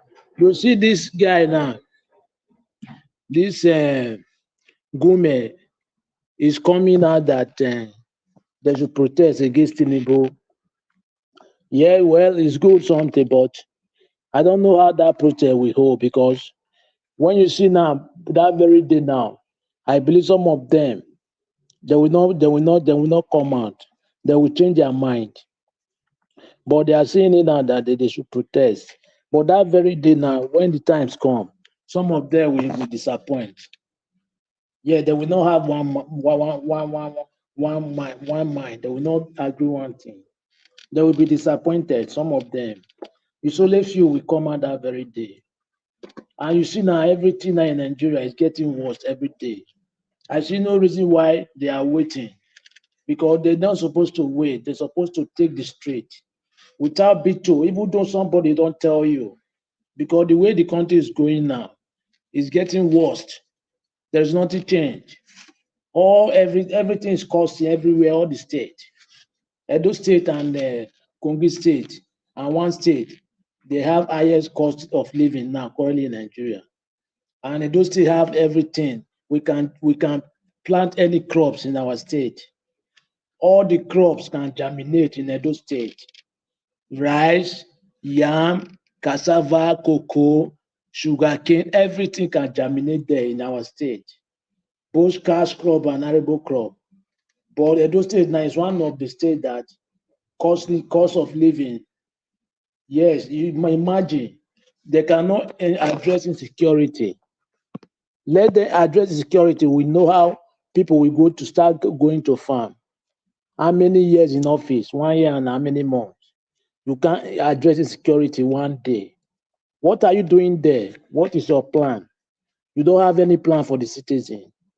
All you do is to appoint new ministers, and every time you complain there is no money. How are you going to see money to pay those ministers? I don't know how this thing will change every day. I think about it, but I don't know. Let's keep us trying. If something will happen dramatically, but I don't really believe because our citizens there, they are not serious. They are not serious. It's the groundwork. They need to do the practical work, not on air. Or air is okay, but that practical work need to be finished. Yeah, they need to finish it up there. That is how the story will turn around. But without that, there is nothing will turn around. Yeah, I'm telling you the truth. I see no reason why Nigeria things are getting costly. ×3 of compared to last year when Buhari was there. But still, there is nobody make attempt to do a peaceful protest. What are they waiting for? And then some of them say they can't afford it for now. What are these things waiting for? Till you buy before you come out? Come out and do something so that if the government can hear you, they can hear your voice. Yeah, they must hear your voice because it's your right. We are in democracy. We are not in an autocracy. You have to come out and do the needful for yourself. Yes, so that they can hear you. What is your problem? Without that, without you don't come out, how can they know what is happening to you? What is your problem? You must complain to you. You must complain before they will hear you. But now, then they don't serious. They don't serious. They don't really serious. There's only few of them, and those few that are serious, they don't even. It's not everywhere in the country. Some state they can do it, they can protect, but why some state they feel reluctant, they don't care. Like especially if you go to the north side, some of the states I believe they will not even care to protest. Yeah, because they are brainwashed. Some of them, it's what their leader tell them they used to do. The but why south, I believe they can protest, but not. I don't believe even middle belt they can do it too. But that not, no. I don't believe they can protest because they are brainwashed. Some of them they don't have sense. It's what. Yeah, thank you very much, Nigeria Watch. Okay, Abdul Malik, thank you, sir, for your submission. I appreciate you for always being here, for your consistency. I'm very, very grateful. Thank you, sir. Thank you for your time with us, every one of you. Please do your part, press on the like button, help us to share, let our voices go far.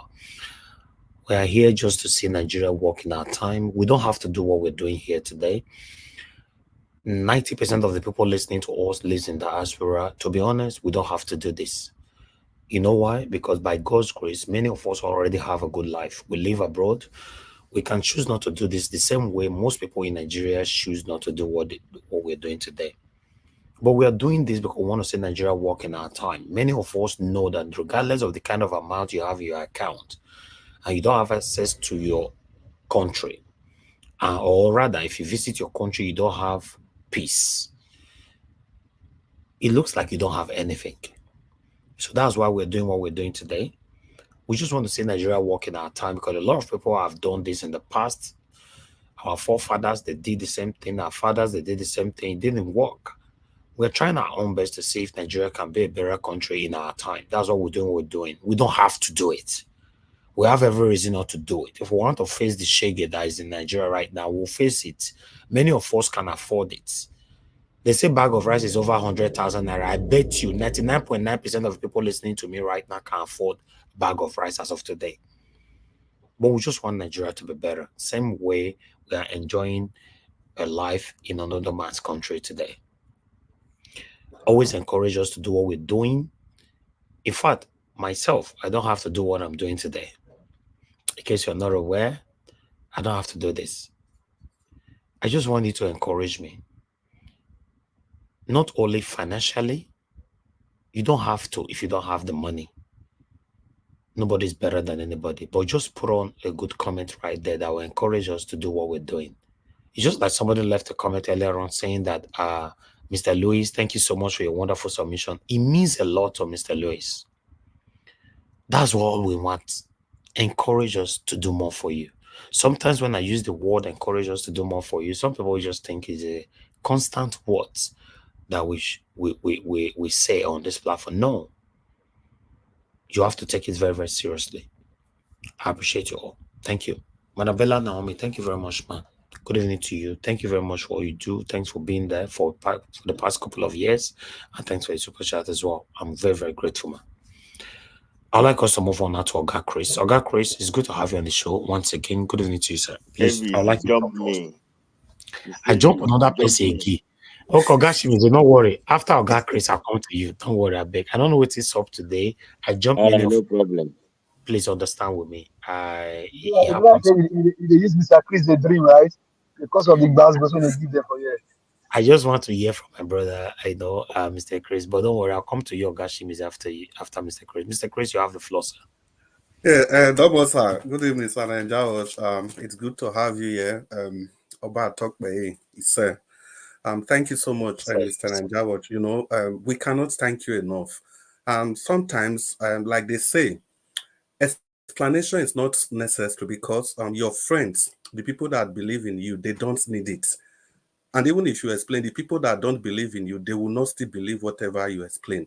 But it is good that once in a while we put up statements on air so that people should know where you stand on all issues.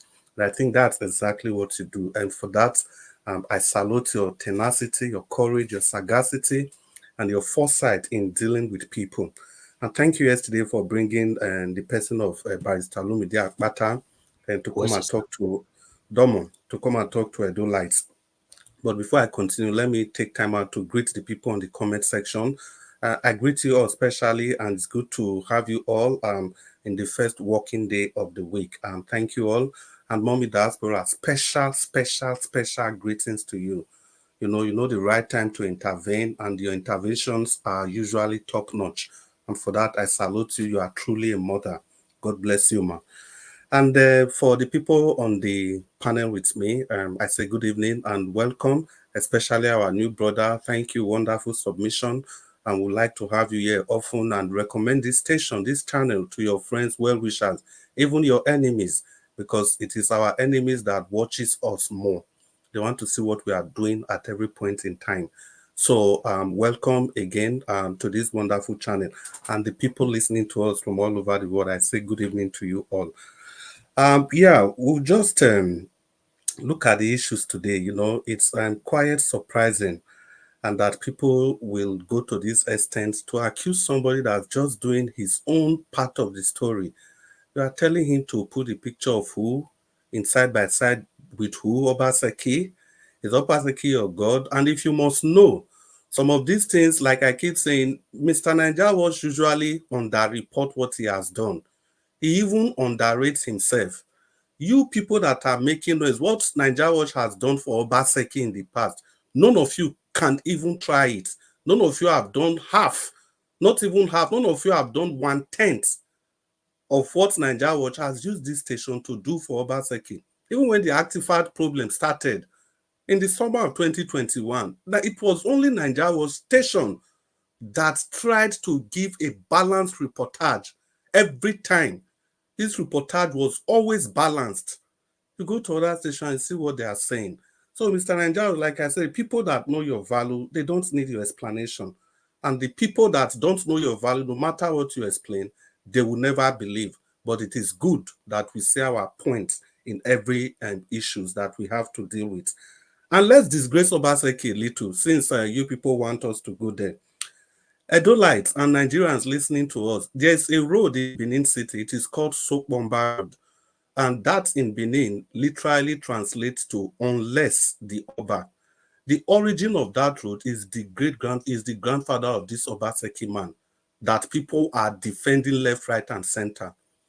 Now that road, you had so many chiefs on that road, and these were the chiefs that were defending the kingdom against the British invasion. The general of the Benin army, Chief Asoro, he stood at the beginning of that road and he prevented the British from coming in. General Asoro famously said, "It is only the Oba that will use this road, nobody else." And by extension, he means everybody supporting the Oba. So that's why they call that road Sokbomba, unless the Oba.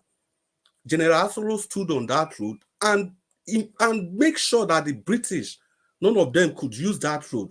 It was this same Obaseki, his grandfather, that betrayed General Asoro.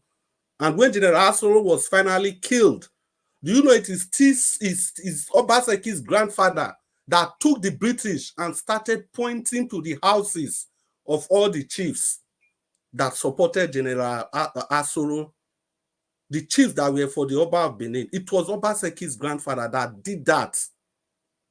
And the British, they leveled all the houses of those chiefs. It was only the house of Obaseki's grandfather that remained. the last house standing. And the Oba famously declared that that house is going to turn to a marketplace. Until today, that is how it has been. Now, the reason we have to say this, people are not even, I don't know what people, I don't know how to put this. The Benin's are so magnanimous. With this rich history, the people still forgot all these things, despite the way they treasure the Oba. They all still threw parts to support this Obaseki. And look at what Obaseki is doing. Despite all this, just 4 years ago, the people stood and made sure that the PDP and the APC and the Shomole, they didn't trample on this man. And look at what he has turned to. Well, this is who he has always been. So when people, I don't know, when people try to act as if they are supporting, I don't even know. If you go back to history, my brother Alex has told us that with the historians should come. And that is why we are talking. Obaseki has a big role to play in this whole debacle that is going on. He has a very big role. Somebody that can stop the swearing in of 8 judges. Obaseki did that. He stopped the swearing in of 8 judges for 11 whopping months because they wouldn't pander to his shenanigans. And apart from that, the member of House of Assemblies that were elected democratically, Obaseki, when those people went to court because Obaseki refused to swear them in, do you know the judges that were handling those cases? Obaseki changed the judges 4 times. And before they could do all those, it was already 4 years. And those members, they never had the opportunity of representing their constituency. So if this man is not part of this problem, why has he not intervened? You could stop the swearing of eight judges. You could be changing the judges up and down so that the cases of those members that won their seat in the House of Assembly could not go on. Yet you don't want to have anything to do with this issue. You people keep denying, and people keep saying we shouldn't tie Asue Ighodalo. Now it is on record, Asue Ighodalo with his own very mouth, when he was asked, what is he going to do with the artifact? The man simply said the ones that belong to the palace will go to the palace. And the one, what are you talking about?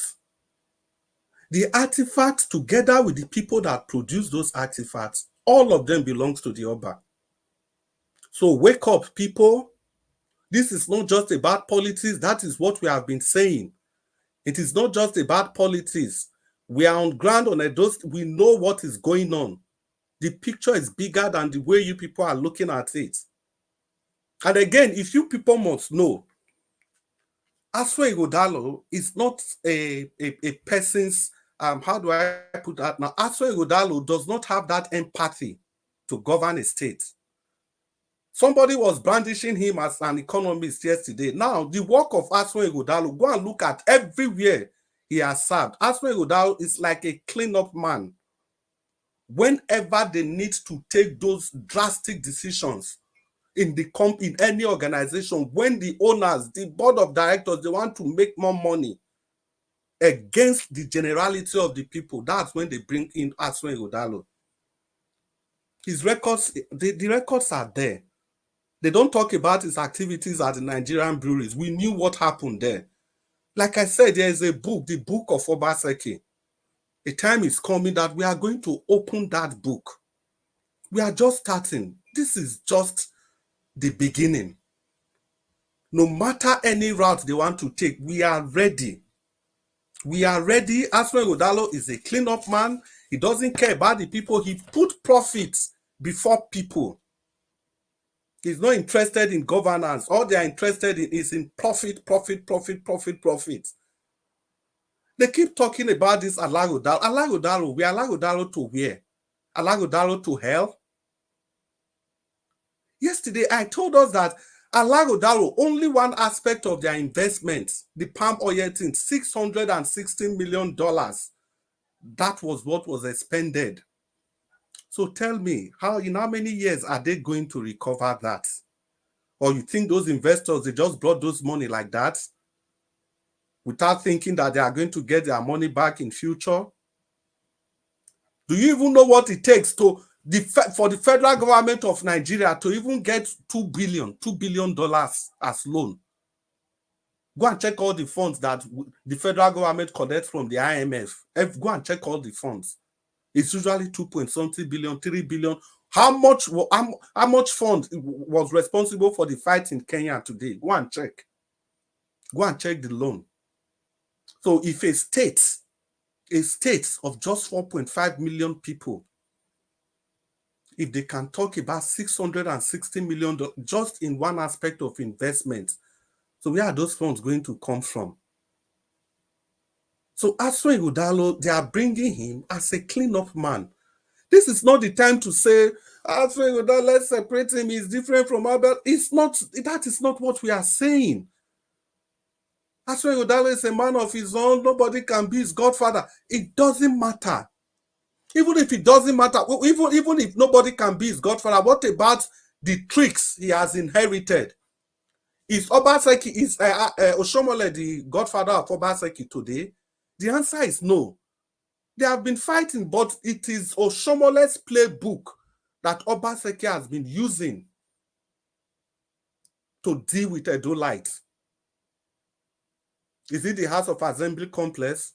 Is it making sure that House of Assembly will be holding meetings in his office? Is it the refusal to conduct local government election?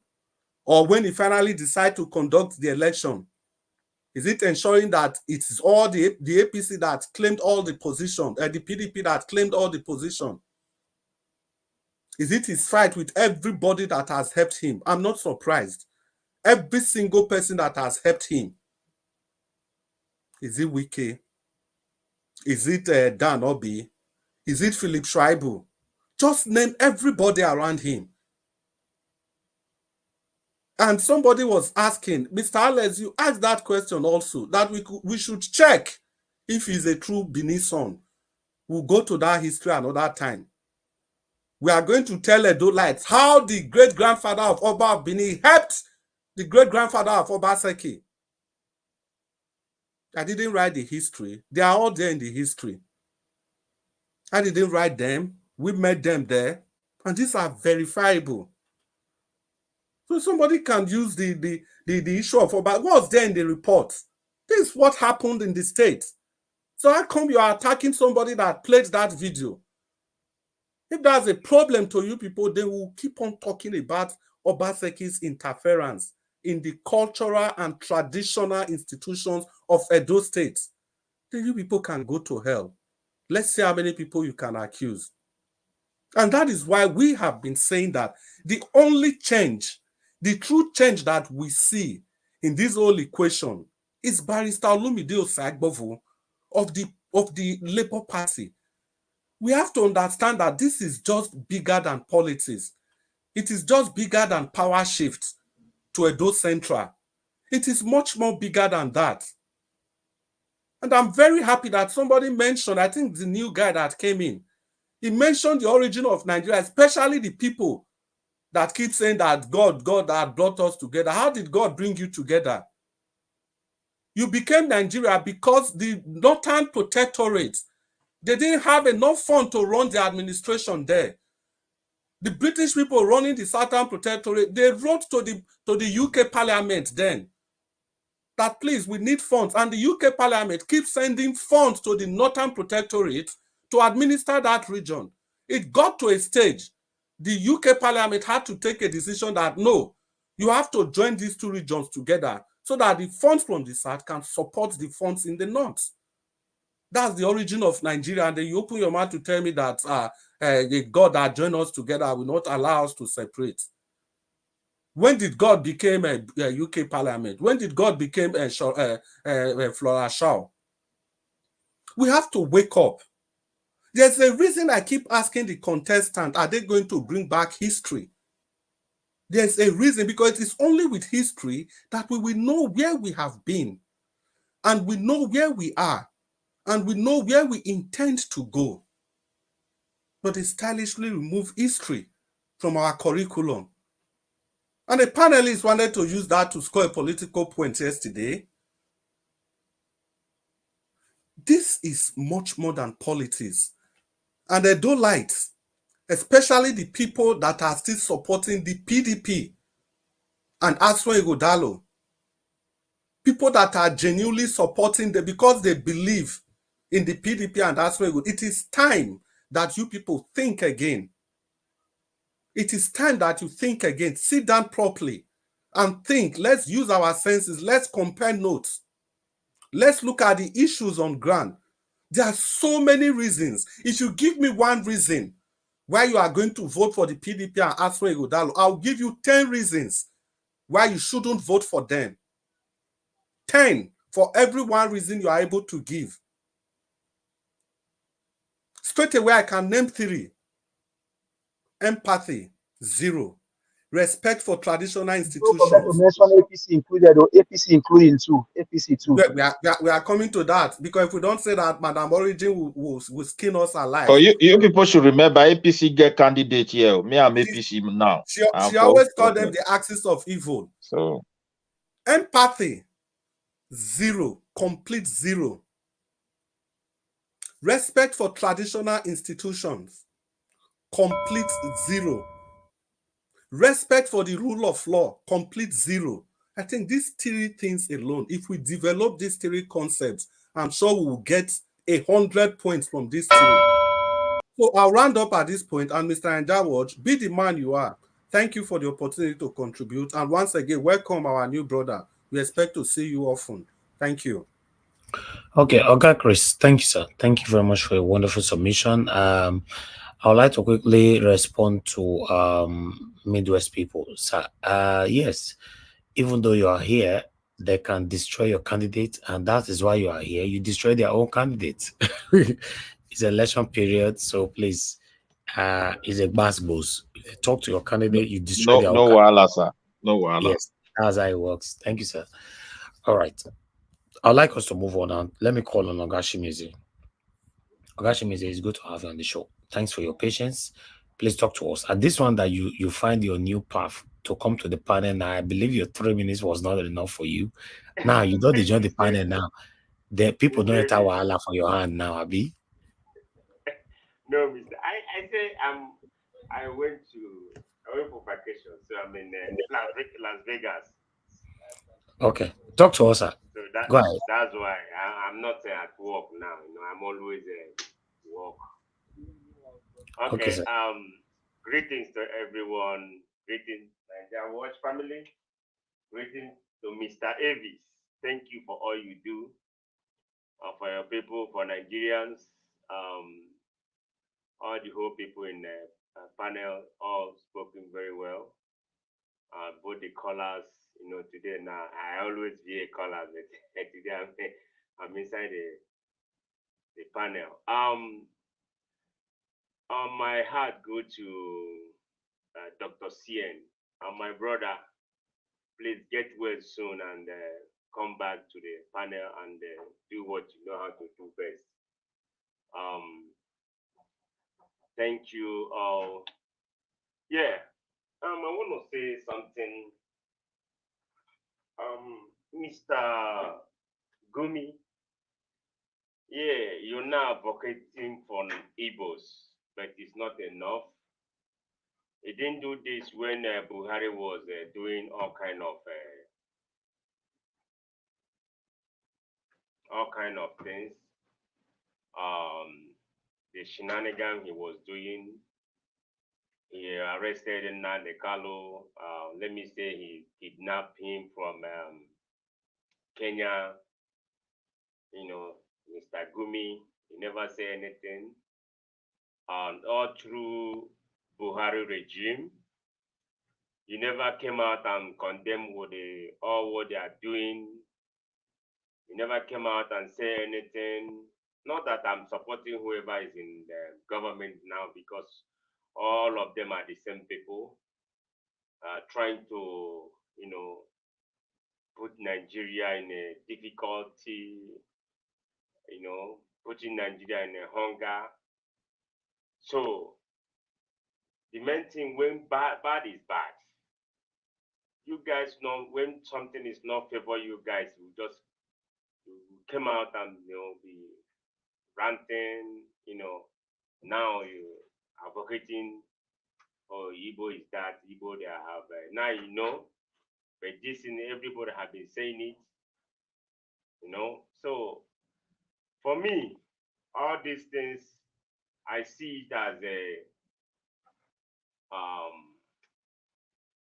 you want to use this into, so, oh, you know, anything you say, you never put Igbos.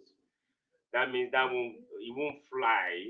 So the reason why, because they want to use it because of the hunger, putting so that he put Igbo at front, then he put the hunger, then everybody will listen to him. When Buhari was doing all what he's doing, he never said anything. You know, when all of us, every government that govern Nigeria, you know, kind of doing bad thing, and you come out and condemn it, you know, people will, if you're coming out now, we will listen to you. Not when your brother was there, you never say anything, you never condemn, but you are there, you know, enjoying your brother. You say, oh, my brother is at the government. Nothing is happening. You love it. Now it's not going in favor of you guys. You're coming out now to lament. Oh, well, that's aside. The people that saying Igbo should not come out and protest, please, you should stop it. I don't like that. Whenever I hear that, I don't like it at all. You should stop saying Igbo is in Nigeria.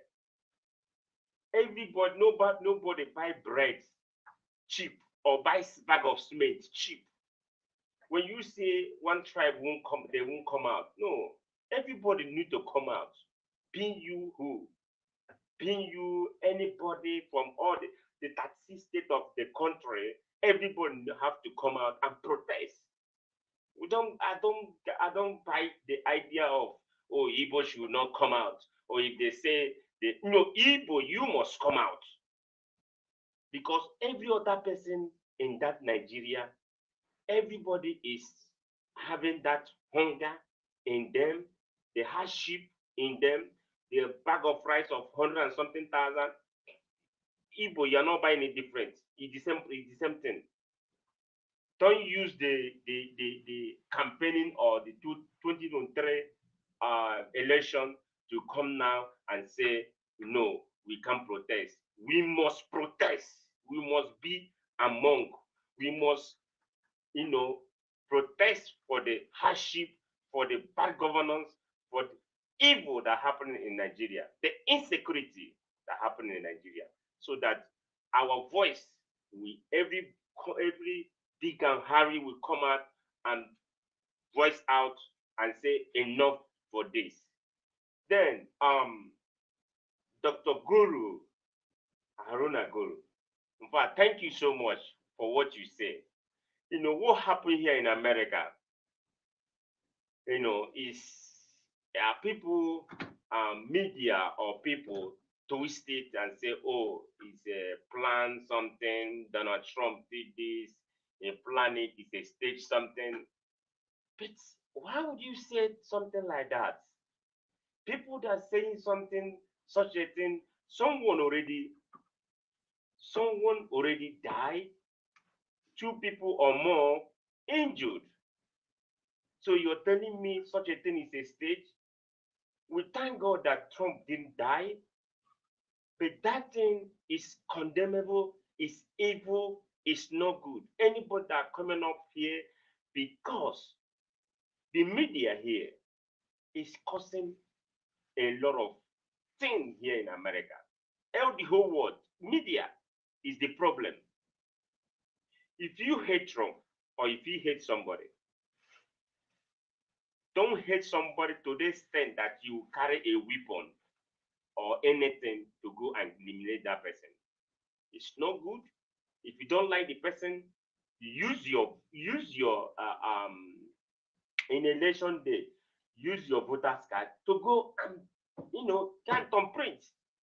Not coming have, it's a 20 years guy. It's a just 20 years.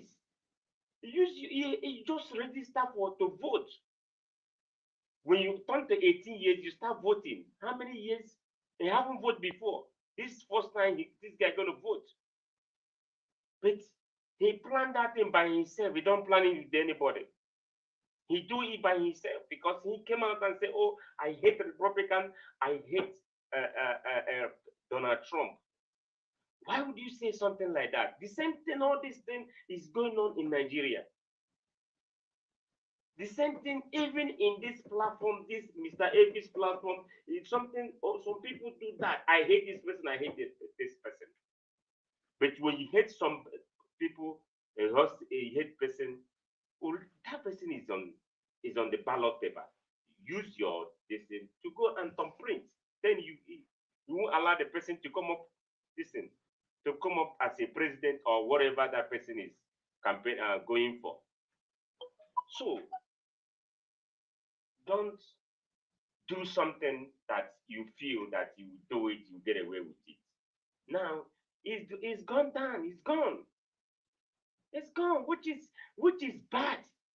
Our people, I see something since yesterday because I'm a Trump supporter. I have searched so many things about the guy. Anybody that's saying, "Oh, he's from Democrat," no, this guy planned this thing by himself. So now it's not right for you to go after someone's life because of the things are going wrong or things are not going the way you want it. So what do I say here? That the media, what media have done here, they destroyed so many things. But in Nigeria, they have destroyed so many things. Instead of what the media is black people here, what they teaches people here is the media teaches people how to do. The Republican don't like you. The Republican don't like you. It's the only Democrat like you. For here, I'm seeing everything. This thing, they use it as politics, so that black will be fighting themselves. But we blacks need to get this thing. We have to get it right. Now, come for Edo State. I don't know what is going on. The Oba of Benin. I don't want to say deeply there, but all I know is this thing that going on, it will never stop me supporting my candidate, who is Asue. I will continue the way I'm supporting Trump here. That's the way I will continue supporting Asue. And he is the man who's going to do the job. There's no other candidate. He's the man. It can't be because of what Obaseki is doing. You say, "Oh, Asue never." You need it. No, it doesn't have any record of or corruption or any other thing. But you're using Obaseki to condemn Asue. So it doesn't work that way. Asue is, I keep saying it, Asue is Asue. Obaseki is Obaseki. No, for me, you can't use the sense of a father to condemn a son, which, in other words, I know is not his son, but he look very well and see that Asue is the man who's going to do the job, and he's from Asian, and he have looked around, even this tribal. He look around these two person who has that quality to govern Edo State, and he brought this guy. But people are saying, "Oh, he want to use this guy. He want to use Asue to cover what he did." But for me, it doesn't work that way. It doesn't work that way. Be in your mind that when Asue get get there by special grace of God. He will do what he say he will do. The place, the good place, as Obasek stop, he will start in that good place. He will start that place and continue. The good place, not the bad place, because no government is 100%. No government anywhere is 100%. I can say 80%, 70%, not 100%. So he will start that place. If it's 60%, he will start that place to make it at the end of his tenure, he can make it to 90 or 99%. So that Edo people will know that they have a person who have their people in his mind, which in the person of Aswe. So my people, let us know, my Edo people, let us know you sentiment. Let us know that this man coming out, he has everything it takes to carry Edo on. Please, let us bear in the mind that we will come to 2024, he's going to do the job. God will help him. He will carry the mantle to lead Edo through. Naija Watch, I thank you for all you do, for giving me this opportunity to speak on your platform. Once again, my Igbo people, 29 of July, come out to protest for the bad governance, for the bad government, protest so that your voice will hear out. Thank you, Naija Watch, and God bless you. God bless you, sir. Thank you very much. God bless you for your submission. The last person we have on the panel to give a submission today. Before that, I would like to appreciate Madam Bella Naomi once more. Martin Benjamin. God bless you, sir. Thank you very much for your wonderful support. You said, my brother Elvis, never forget you have a very good people around you, and I'm one of them. Your mom, your family with you right now. That's all you need in life. Anything else is extra. You are blessed. You're blessed too, sir. Thank you very much for all you do. I appreciate you for your consistency and your support always. The last person on the panel is our God Black Panther. Elvis, I won't be able to speak. I'm in a very noisy place. Just go ahead. I'll take care. Okay, let me know. Okay, thank you, sir. Thank you. Okay, my people, I appreciate every one of you. We have to take our final submission right now. Thank you for your time with us. So we're going to take our final submission. I'm starting with the way it is on the table. I'm going to start with Abdul Malik, come with Oga Chris, Oga Shimizi again that just finished them before Oga Louis. So Oga Abdul Malik, you're the first here because a lot of people have left and came back, so you lost your position. So let me take it the way it is. Give us your final submission, sir. You have 4 minutes. Abdul Malik. Yeah, good evening once again, Naija Watch. Thank you, sir. Let me use this chance to wish CM quickly recovery because I've been in this panel with him for a long time.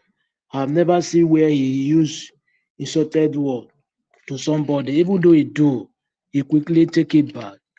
He's a human, understand? He's a human being. I believe he will be recovered quickly. Yeah, you see, let me go to this Edo State governor election coming. Edo State, you guys should not make mistake anymore because we have been seeing those type of silly mistake. Let us do it again anymore because take a look now, Nigeria is not going anywhere. There is nothing is going in the country. Every day what we are seeing is disaster, either inflation, naira depreciation. There is nothing is going on, nothing. And who is the cause of this? Is those PDP and APC. For 25 years, there is nothing to prove they have done. They have not done anything. Edo State, you guys should vote for Labour Party. because I believe they can do it. Yes, I believe. Let's change party if we can see improvement. We have let drop PDP and APC. There is nothing good will come out from those two parties. They have been deceiving us for a long time. Just take a look now. Some Edo state, there is some part of the state there is no life for how many years? According to what caller said yesterday, even one caller said 25 years, one say 43 years, which is one in the panel say 20 years there is no light in his village. How can we do such people? We wish them back to the state to govern the state. Let us change them so that if the state can be improved. Yes, because I believe it can improve. Just take a look like those state is one of the high costly of living in the state in Nigeria. Yeah, those state Kogi state are one of the states in north.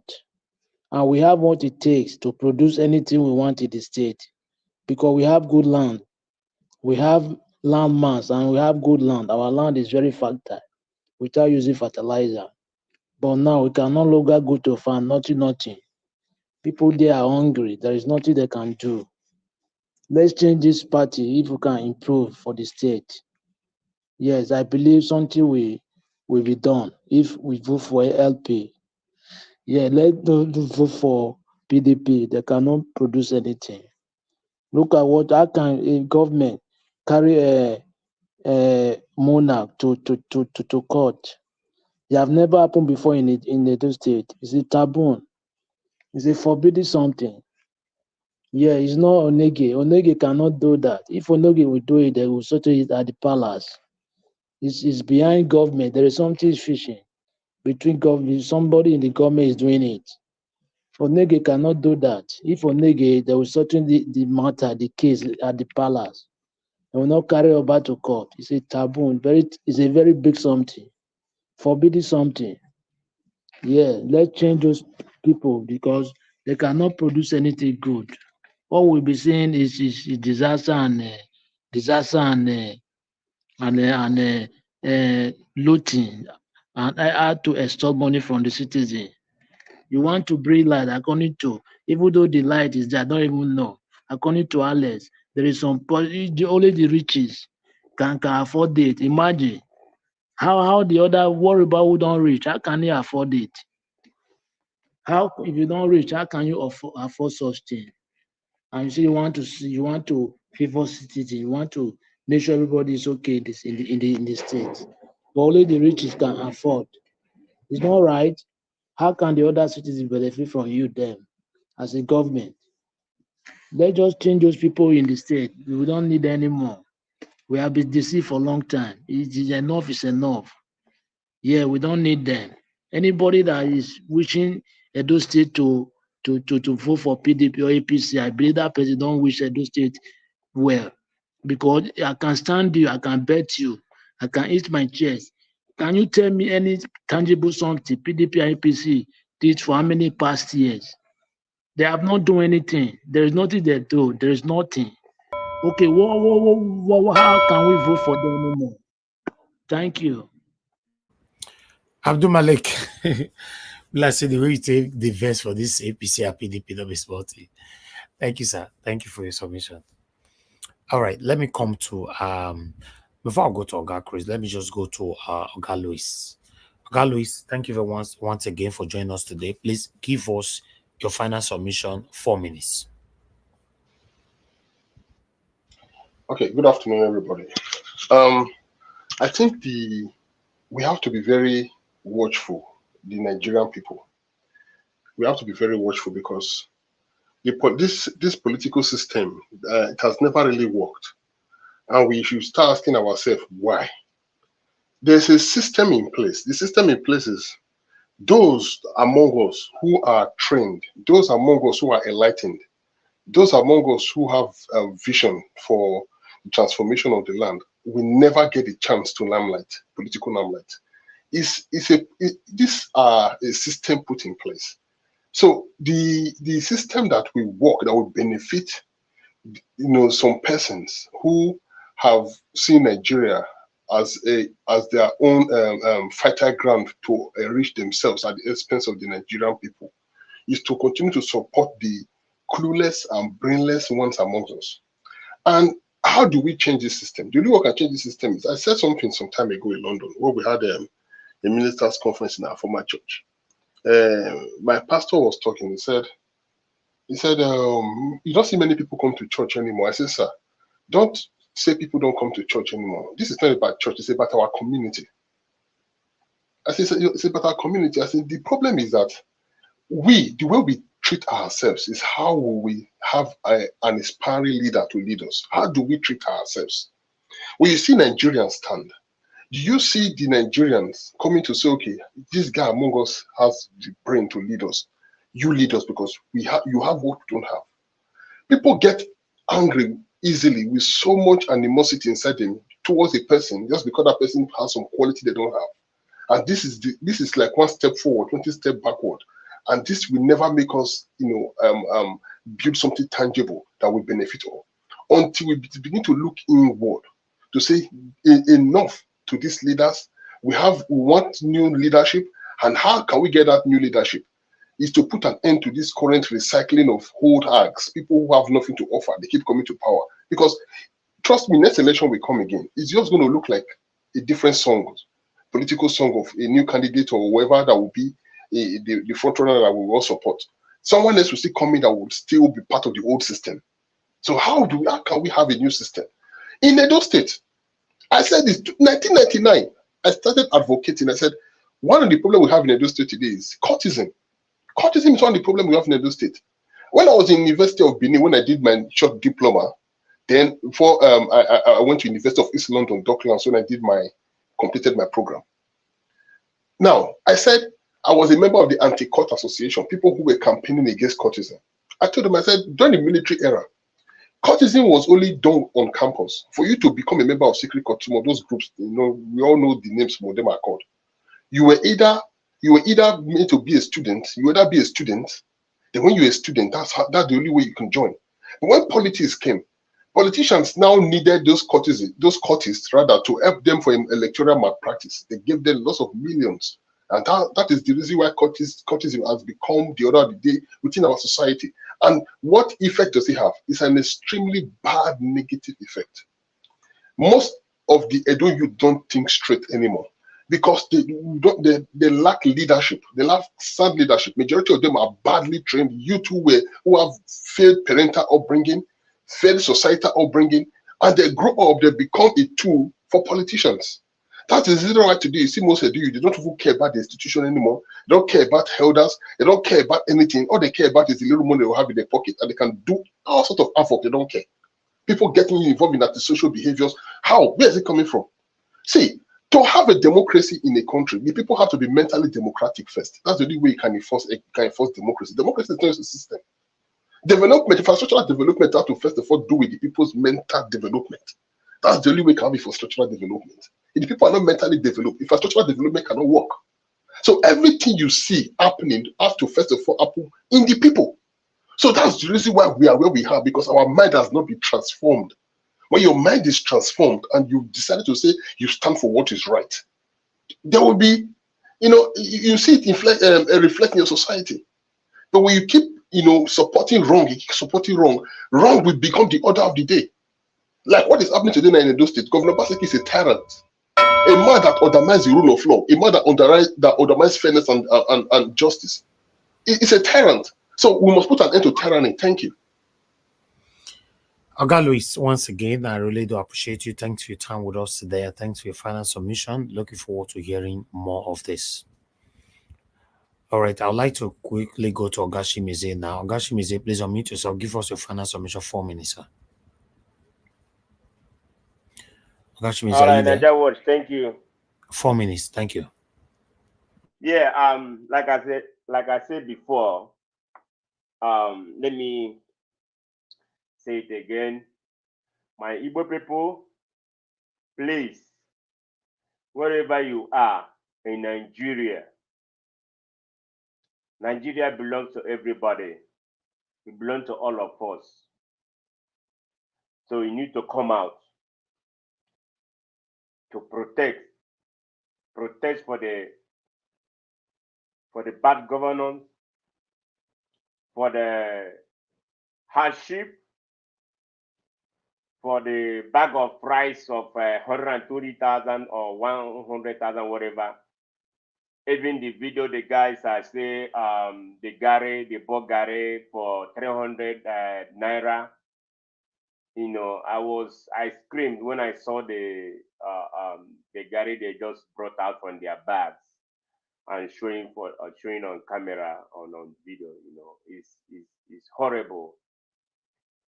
Even I don't know how are they surviving there. Not mind that what the government are doing. You know, instead of them to go after the people that embezzle Nigerian money, go after them, get the money, put the money, you know, to the masses of Nigeria, so that they will find a way to bring down the hunger in the country. Because more hunger, more danger. More hunger, more danger. Because you can't tell me when somebody that is hungry, they can do undo. They can do anything to eat. Even he can even go out there and steal. Say, I'm hungry. Yeah, because nobody will have empty stomach to go out there to work. Please, my people, we have to protest. You guys need to protest. Where I am, I'm okay. But you guys in the ground in Nigeria need to come out, tell yourself the truth. Are we doing the right thing? Are the government doing the right thing? It's our right to protest. It's our right. It's in the Constitution.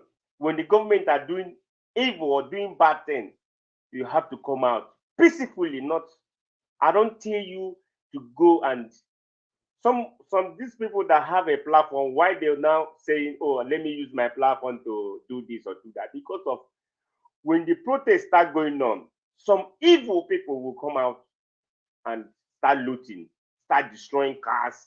No. You see how it happens in Kenya? Is it Kenya? Am I right? So, you see how it happened over there? So, go to government offices, protest over there. Tell your mind. Tell them what you guys are passing through. If they know, but you have to come out. You have to say it on your mind. They know what is going on, but they won't start coming out and say, "Oh, we hear you." No, you have to go there on their doorstep and tell them, "Enough for this. We are dying on hunger.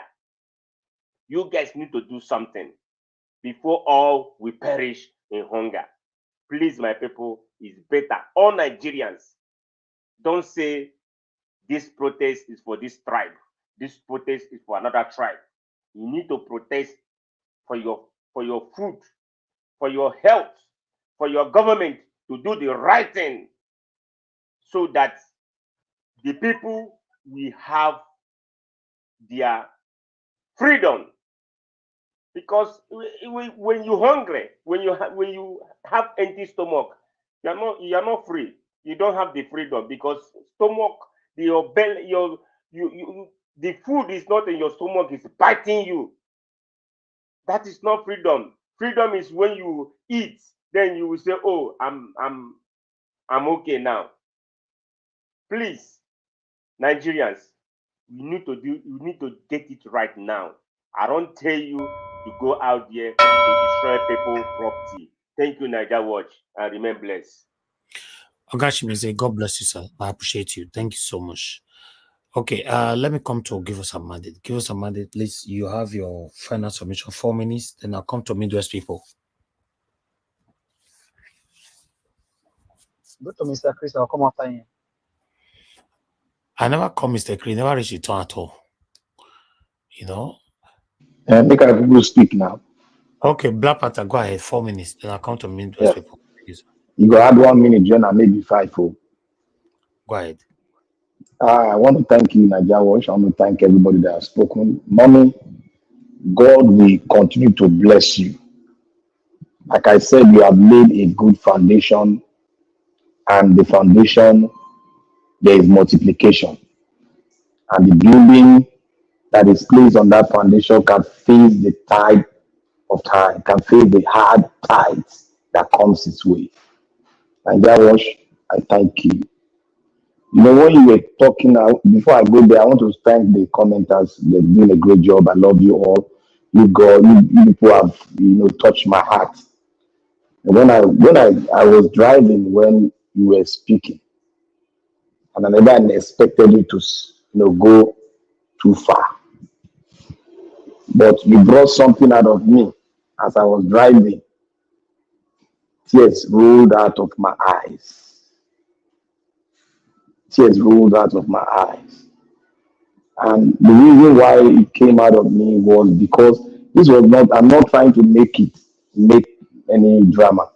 I'm just telling the gospel truth. I would have flashed it, but I said no. Tears rolled out of my eyes, and I was really, I got hold of myself. The reason why is that people don't know the emotional stress you have gone through.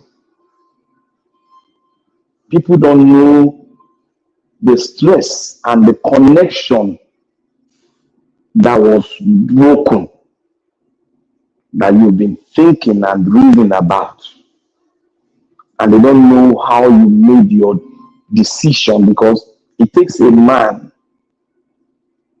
it takes a well brought up person that will stand his ground and said, I will stand on the path of truth. A lot of things will come to you, and the abuses. Everybody will neglect you, including your own. But one person stood by you, and that person is your mom. And I will say today, never disobey your mom. Never. Never. It is an abomination to you now. Never. She stood by you. She's a mother that is very difficult to get now. Hold her with everything you got in your heart. I just want to thank her. Your mom is a blessing, a foundational blessing. And I want to thank her. I pray someday I will meet her, and I will show her the way Edo people show that it's something to their mother. Motherly blessing will I bring it to her. She is not my biological mother, but she is my mother. Because the way she's doing things, the way my mom is standing with me. That is why I don't joke with her. In thick and thin, I don't joke with her.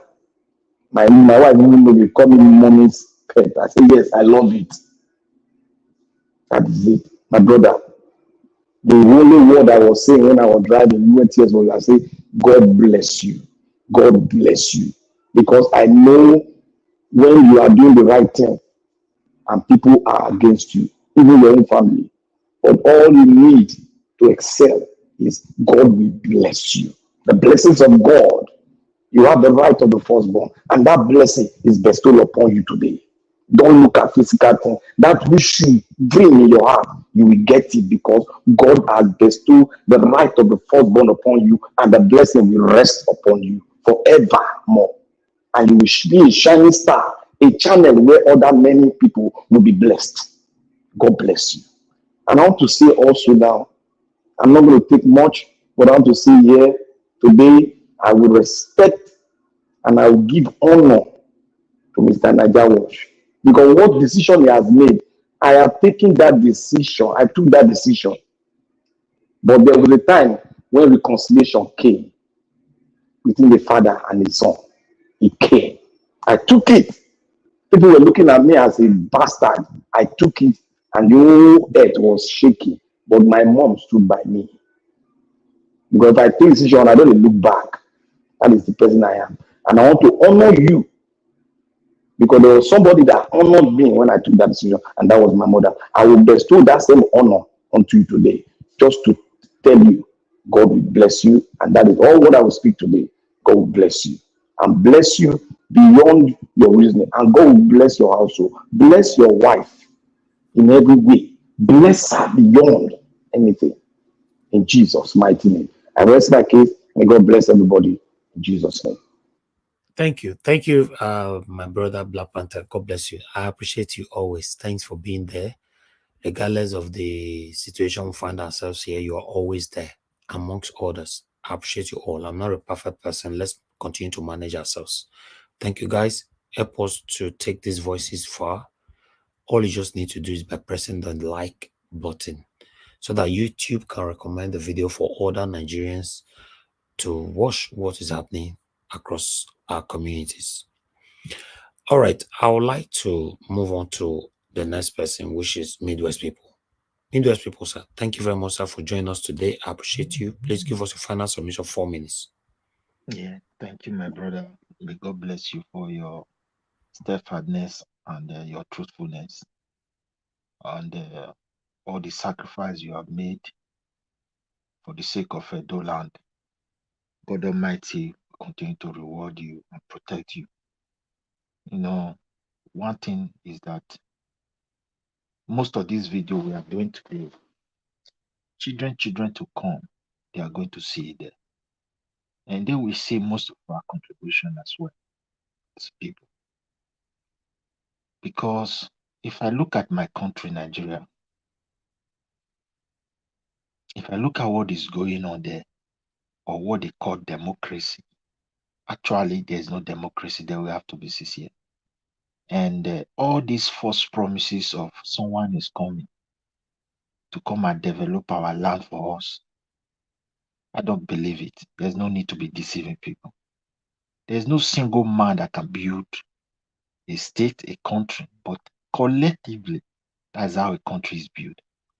Even in abroad where we live, if you come in and God bless you to enter their system, they will assign a number to you. On that day, you start contributing. You're already building. Part of that society. That's why they will check, are you contributing? So if you are paying tax, there is a class they put you. If you don't pay, there's also a class. In our own case, there is no platform like that. And we have a democracy where they make law and give us that we elect governors, and at the same time they give them immunity to be criminals. And the money to develop the people, you give it to these governors. How is that country or a state going to work? It's not going to work. Where we live here in Europe or maybe in America, the governor don't even have access to money because their office was not created to handle money in the first place. They don't. So I don't know when are we going to get it right to say, look, this is not the way to do it. And if we continue like this, it is not going to work. It's so saddening. If I look at the experience we've gathered about Obaseki administration, all I will tell my Edo people, take a deeper breath and elect someone that is within your people, who understand your culture, your way of life, who understand where you people are coming from and where you people intend to go. Not stranger. And among these 3 candidates that is vying for position today, Aswan Godaro is a stranger. He doesn't know his people. He doesn't value his people. He's even dangerous than Obaseki. No way anybody should go and vote for him. A man who go to his father's land, his father's village, his place of origin. He went there with the interpreter. Isan Oji. I don't need to go to Isan land to hear that word. He couldn't say it. Someone that has lived in Edo State for good 16 years in politics to tell you that this man doesn't value anything that have to do apart from the what we come into their purse. They don't value anything that have to do with Edo State at all. When he was the head of a bank in Lagos, how many branches did he attract to Edo Central? How many people from there he employed? Nothing. He has been swimming in money. He's so rich. Point to what he has done for his people. This platform that we use today to talk is in existence because of love. If you don't have that love as Evis for your Edo people, if you want to take the path with the kind of the position God has placed your dad and said, okay, let me dance this line, it would have been different game entirely. But you choose truth. You choose path. Not that your dad is not on the path of truth, but he also doing what he believes. And you see those things and say, no, this path I can't take. I'm standing on my own. I want to take it this way. And that is why you are doing what you are doing today. It's because of love for your own people, for a new generation. Here comes a man that is so worthy. No single thing to point to that with this I've assisted my people. You want to come and govern people you don't know who they are, their yearnings, their pain, and even the selection just for a party to come together to select a candidate. No single empathy. You have to drag people away close to take.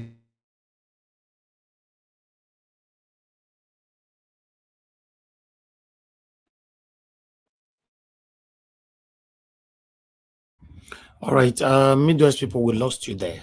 You lost my voice. Yeah, we lost your voice, sir. Round up in 30 seconds. Thank you. Okay, so I will tell my Edo people, vote for Monday Okpeboro. He is the son of the soil. He is a man that have his people in his mind. Despite the little that God has used to bless him, you will see where he has assisted his people. This is the kind of person we need. Someone who can listen and work as a team. There's no single person that can build our land, because you must have a team that can enable you and connect you to the entire people. In every society, you have those that are good, you have those that are bad, you have those that are ugly. You must take them along once you become a leader. This is the greatest problem of Baseki is having today. He cannot manage anything crisis. He don't even know how to prevent it, not talk of managing it. All the entire Edo people, political gurus that stand for Baseki, they are nobody today. Danobi, a well-known politician. Look at where they have placed him. APC Edo State Chairman Aslem Ojezwa is nobody today because he supported Obaseki. The man wanted to be a governor of Obaseki.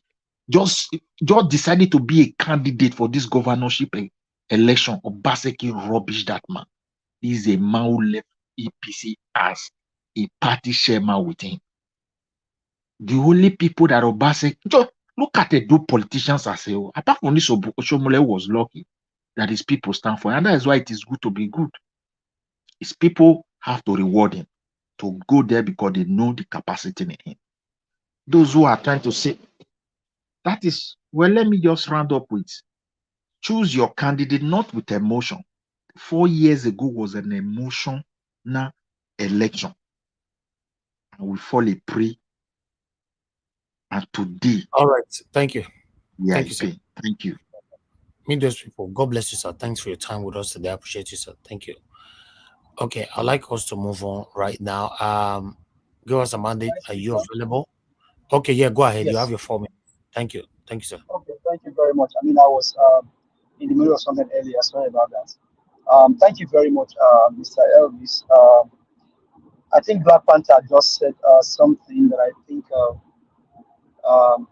whoever probably put the comment there earlier should go back home and think. And I'm not saying this to banter anybody or probably to degrade anybody. But when you're coming to Nigeria Watch Media, please come with your thinking cap. Mr. Louis, thank you very much. You said something, and like Mr. Elvis, we also thank you because we also say here that we learn here every day. We argue to learn.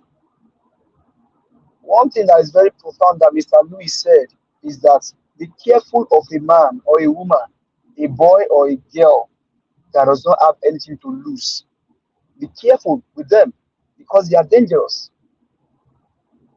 Be careful of any man, any woman, any boy, any girl that does not have anything to lose. I was with somebody earlier. She said the grandmother told her, don't plant what you will not harvest. Don't plant what you will not harvest. I bring those two parables into the Edo election. Edolites, be careful of diasporans that don't have anything to lose in the Edo election. I'm in diaspora by God's grace. Mr. Elvis has said it earlier. As much as God has blessed me, I live my life comfortable. It's not to brag, it's just the grace of God. Mr. Louis lives in London. He goes to Benin. Mr. Chris lives in Dublin. He's passionate about Edo State. But I tell you, people, be careful of the diasporans that don't have anything to lose in this election. Most of us, or most of them, live in diaspora. You ask them, the governorship candidates in their cities, their various cities or various towns, if they communicate with them during the election or not. APC, PDP, YPP, NMPP, NNPP, be careful of them. Some of them will collapse their structure in the long run. Edolites, Monday Okawolo is a candidate in this election. Has he spoken to you? Mr. Elvis, with all due respect, he invited this man to come and speak here. All of a sudden, they said he has deficiency at birth. I watched a video. I was asking myself, this same man they said have deficiency, the stammerer, spoke eloquently without any deficiency. And that kind of a man is the one they are parading for you to be your governor. What kind of level of disrespect for the people? They invite you here. You didn't pay any money. They didn't consult you to even give anything. Just come and speak to your people. The guy have not found his way here. He's entitled to his own opinion. I mean, now look at what APC is doing in Central. Look at what they are doing in Central. Tinubu, I'm a Yoruba boy. I was born and raised in Lagos State. I'm from Oyo State. I was in Lagos when Tinubu was a governor. They said Tinubu built Lagos State. Mr. Elvis, you were in Nigeria for the past 4 months. You saw the floods in Lekki. That flood cut across everywhere. Now Tinubu brought in Buhari. Buhari destroyed Nigeria. Tinubu said he will continue from where Buhari stopped. Continue to destroy Nigeria. Edo State, they are bringing Okwelo for you. Same paradise, comparise. How will Okwelo be different from them? More so, this guy cannot even communicate to you. He cannot even write plain English. Hey, it must this order can be a governor of the state. I don't fault him. He has been senator for the past how many years? What has he done for his own people? Edolites, open your eyes. Asue has been in government for the past 16 years. If you show Obaseki's face today, you will show Asue's face. If you show Osomalo's face, you will show Asue's face. They are not different. Asue is as satanic as Obaseki. Asue is as evil as Oshomole because they are same paradise, comparise. The standing bank where is the chairman is the money bank where they use as a pipeline to do their evil.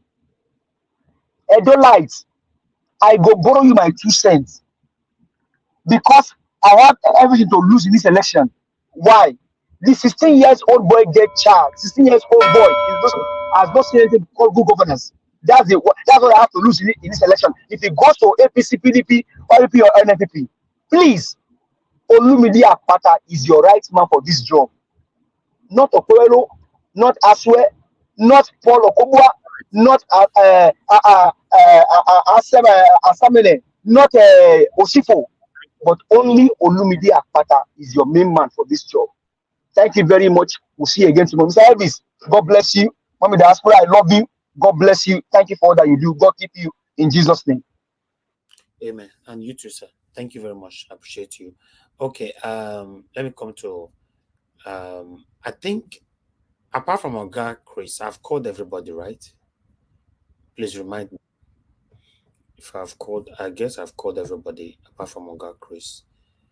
Oga Chris, please give us your final submission. 4 minutes. Yeah, Domosa, Mr. Anjawach, and thank you. It's good to be able to speak to Nigerians again. We appreciate you for all you do. Like I've said before, how on earth can I be able to gather 300, 500, 700 people and be talking to everybody at the same time?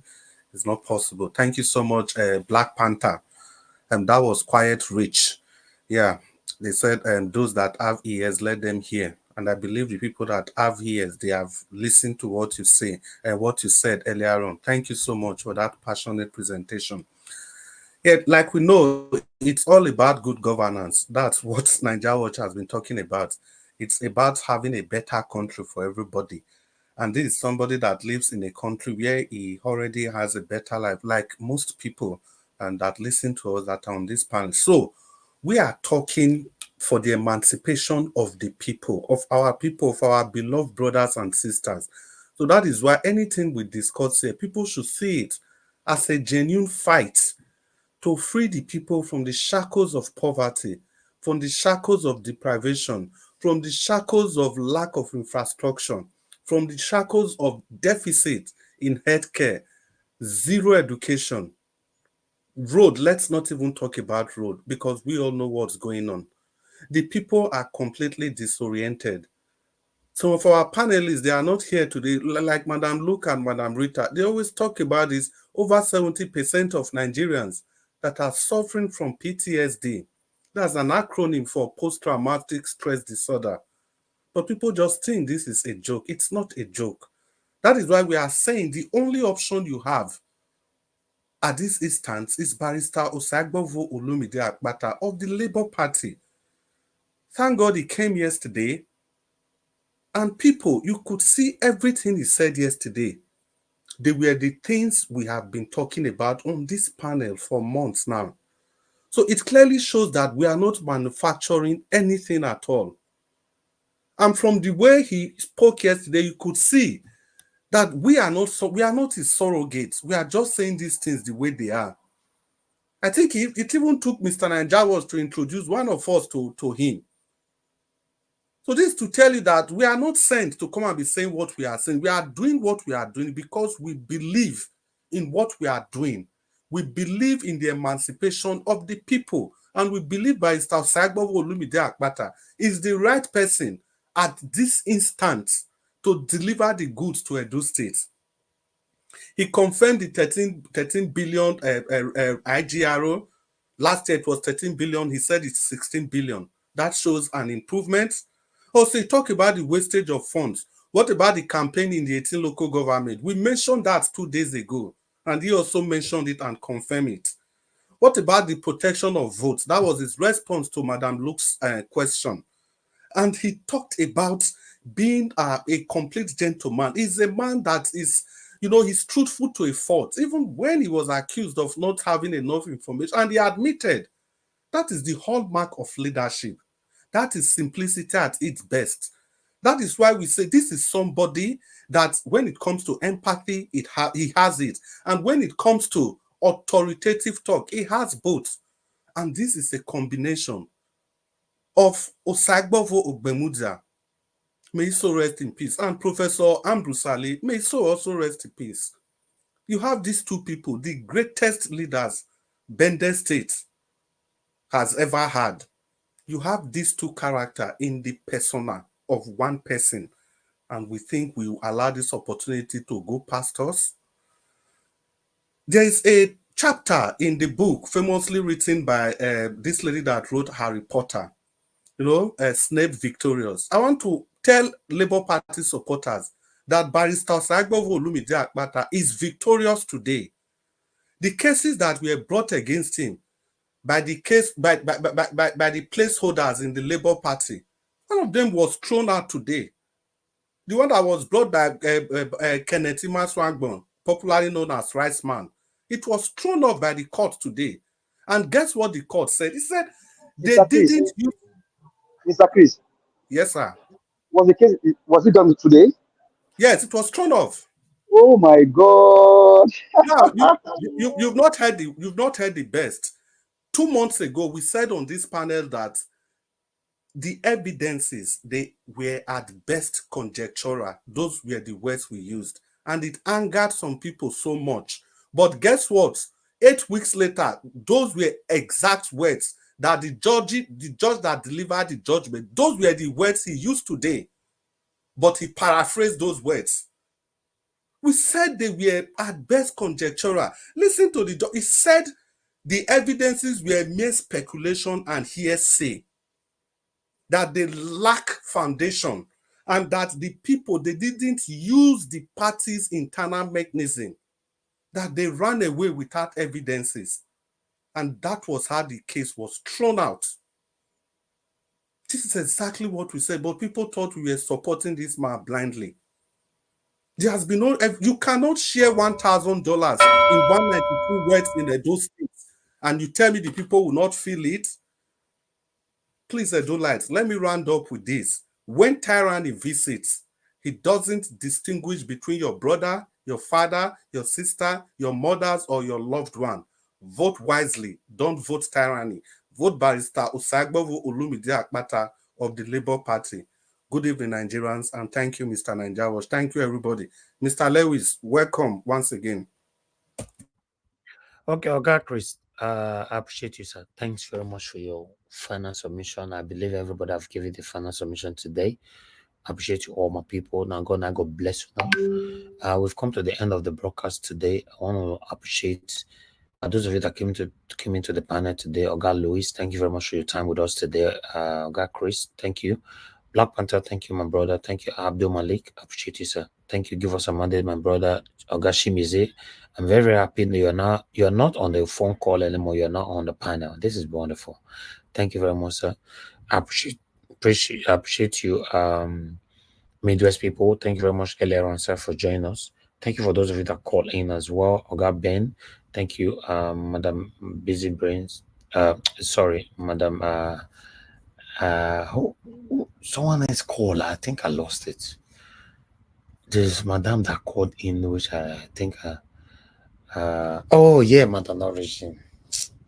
Madam Origin, thank you very much, man. I appreciate you. Thank you.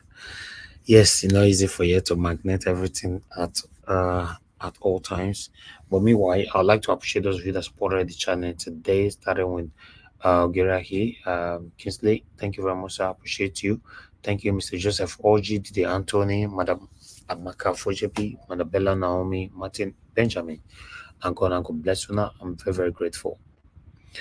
And my people are in the comment section, Mother of all Mommy Diaspora, thank you very much, Mommy, for always being there. Thanks for all you do. Thanks for your love and support and encouragement. Thank you very much, okay, Chris. Once again, Patience Demodia, thank you very much. I appreciate you. Thank you, Rosie Ayosh. Thank you, Peggy Modi. I appreciate you, Destiny of Variable, Divine Cross. Thank you very much. I appreciate you all. Thank you very much, Cass Oz. Thank you very much. I appreciate you all. Nena Ogbona in the building. Emeka Magnus, eBay, I miss you. Good to hear from you. Thank you very much for joining us today. Stella Affini, thank you very much for this once I get there. And many, many others. Now God will bless you, my people. We've come to the end of the broadcast. I'd like to remind you guys tomorrow that we have a very important person joining us tomorrow, Don Pedro Obaseki, the brother to the governor of Edo State, Governor Obaseki. Don Pedro Obaseki will join us tomorrow. As you all know, that he's supporting Barrister Aswen Igodaro.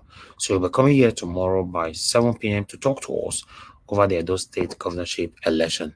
Please endeavor to join us tomorrow so that we all can take this together, so that you can pass your questions the same way we passed our questions yesterday to Barrister Olumide Akpata.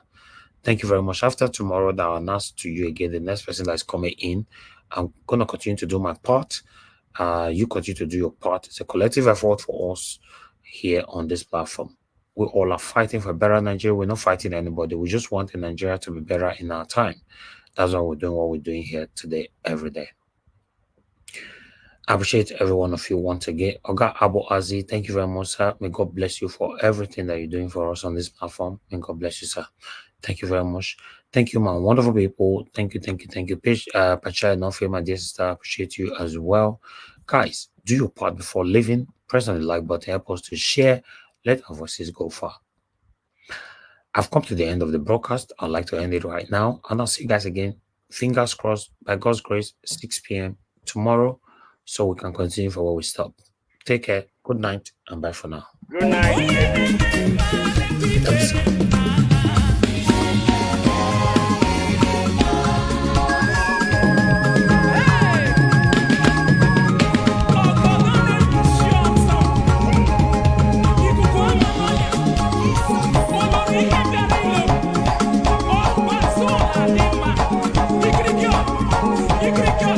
Oh,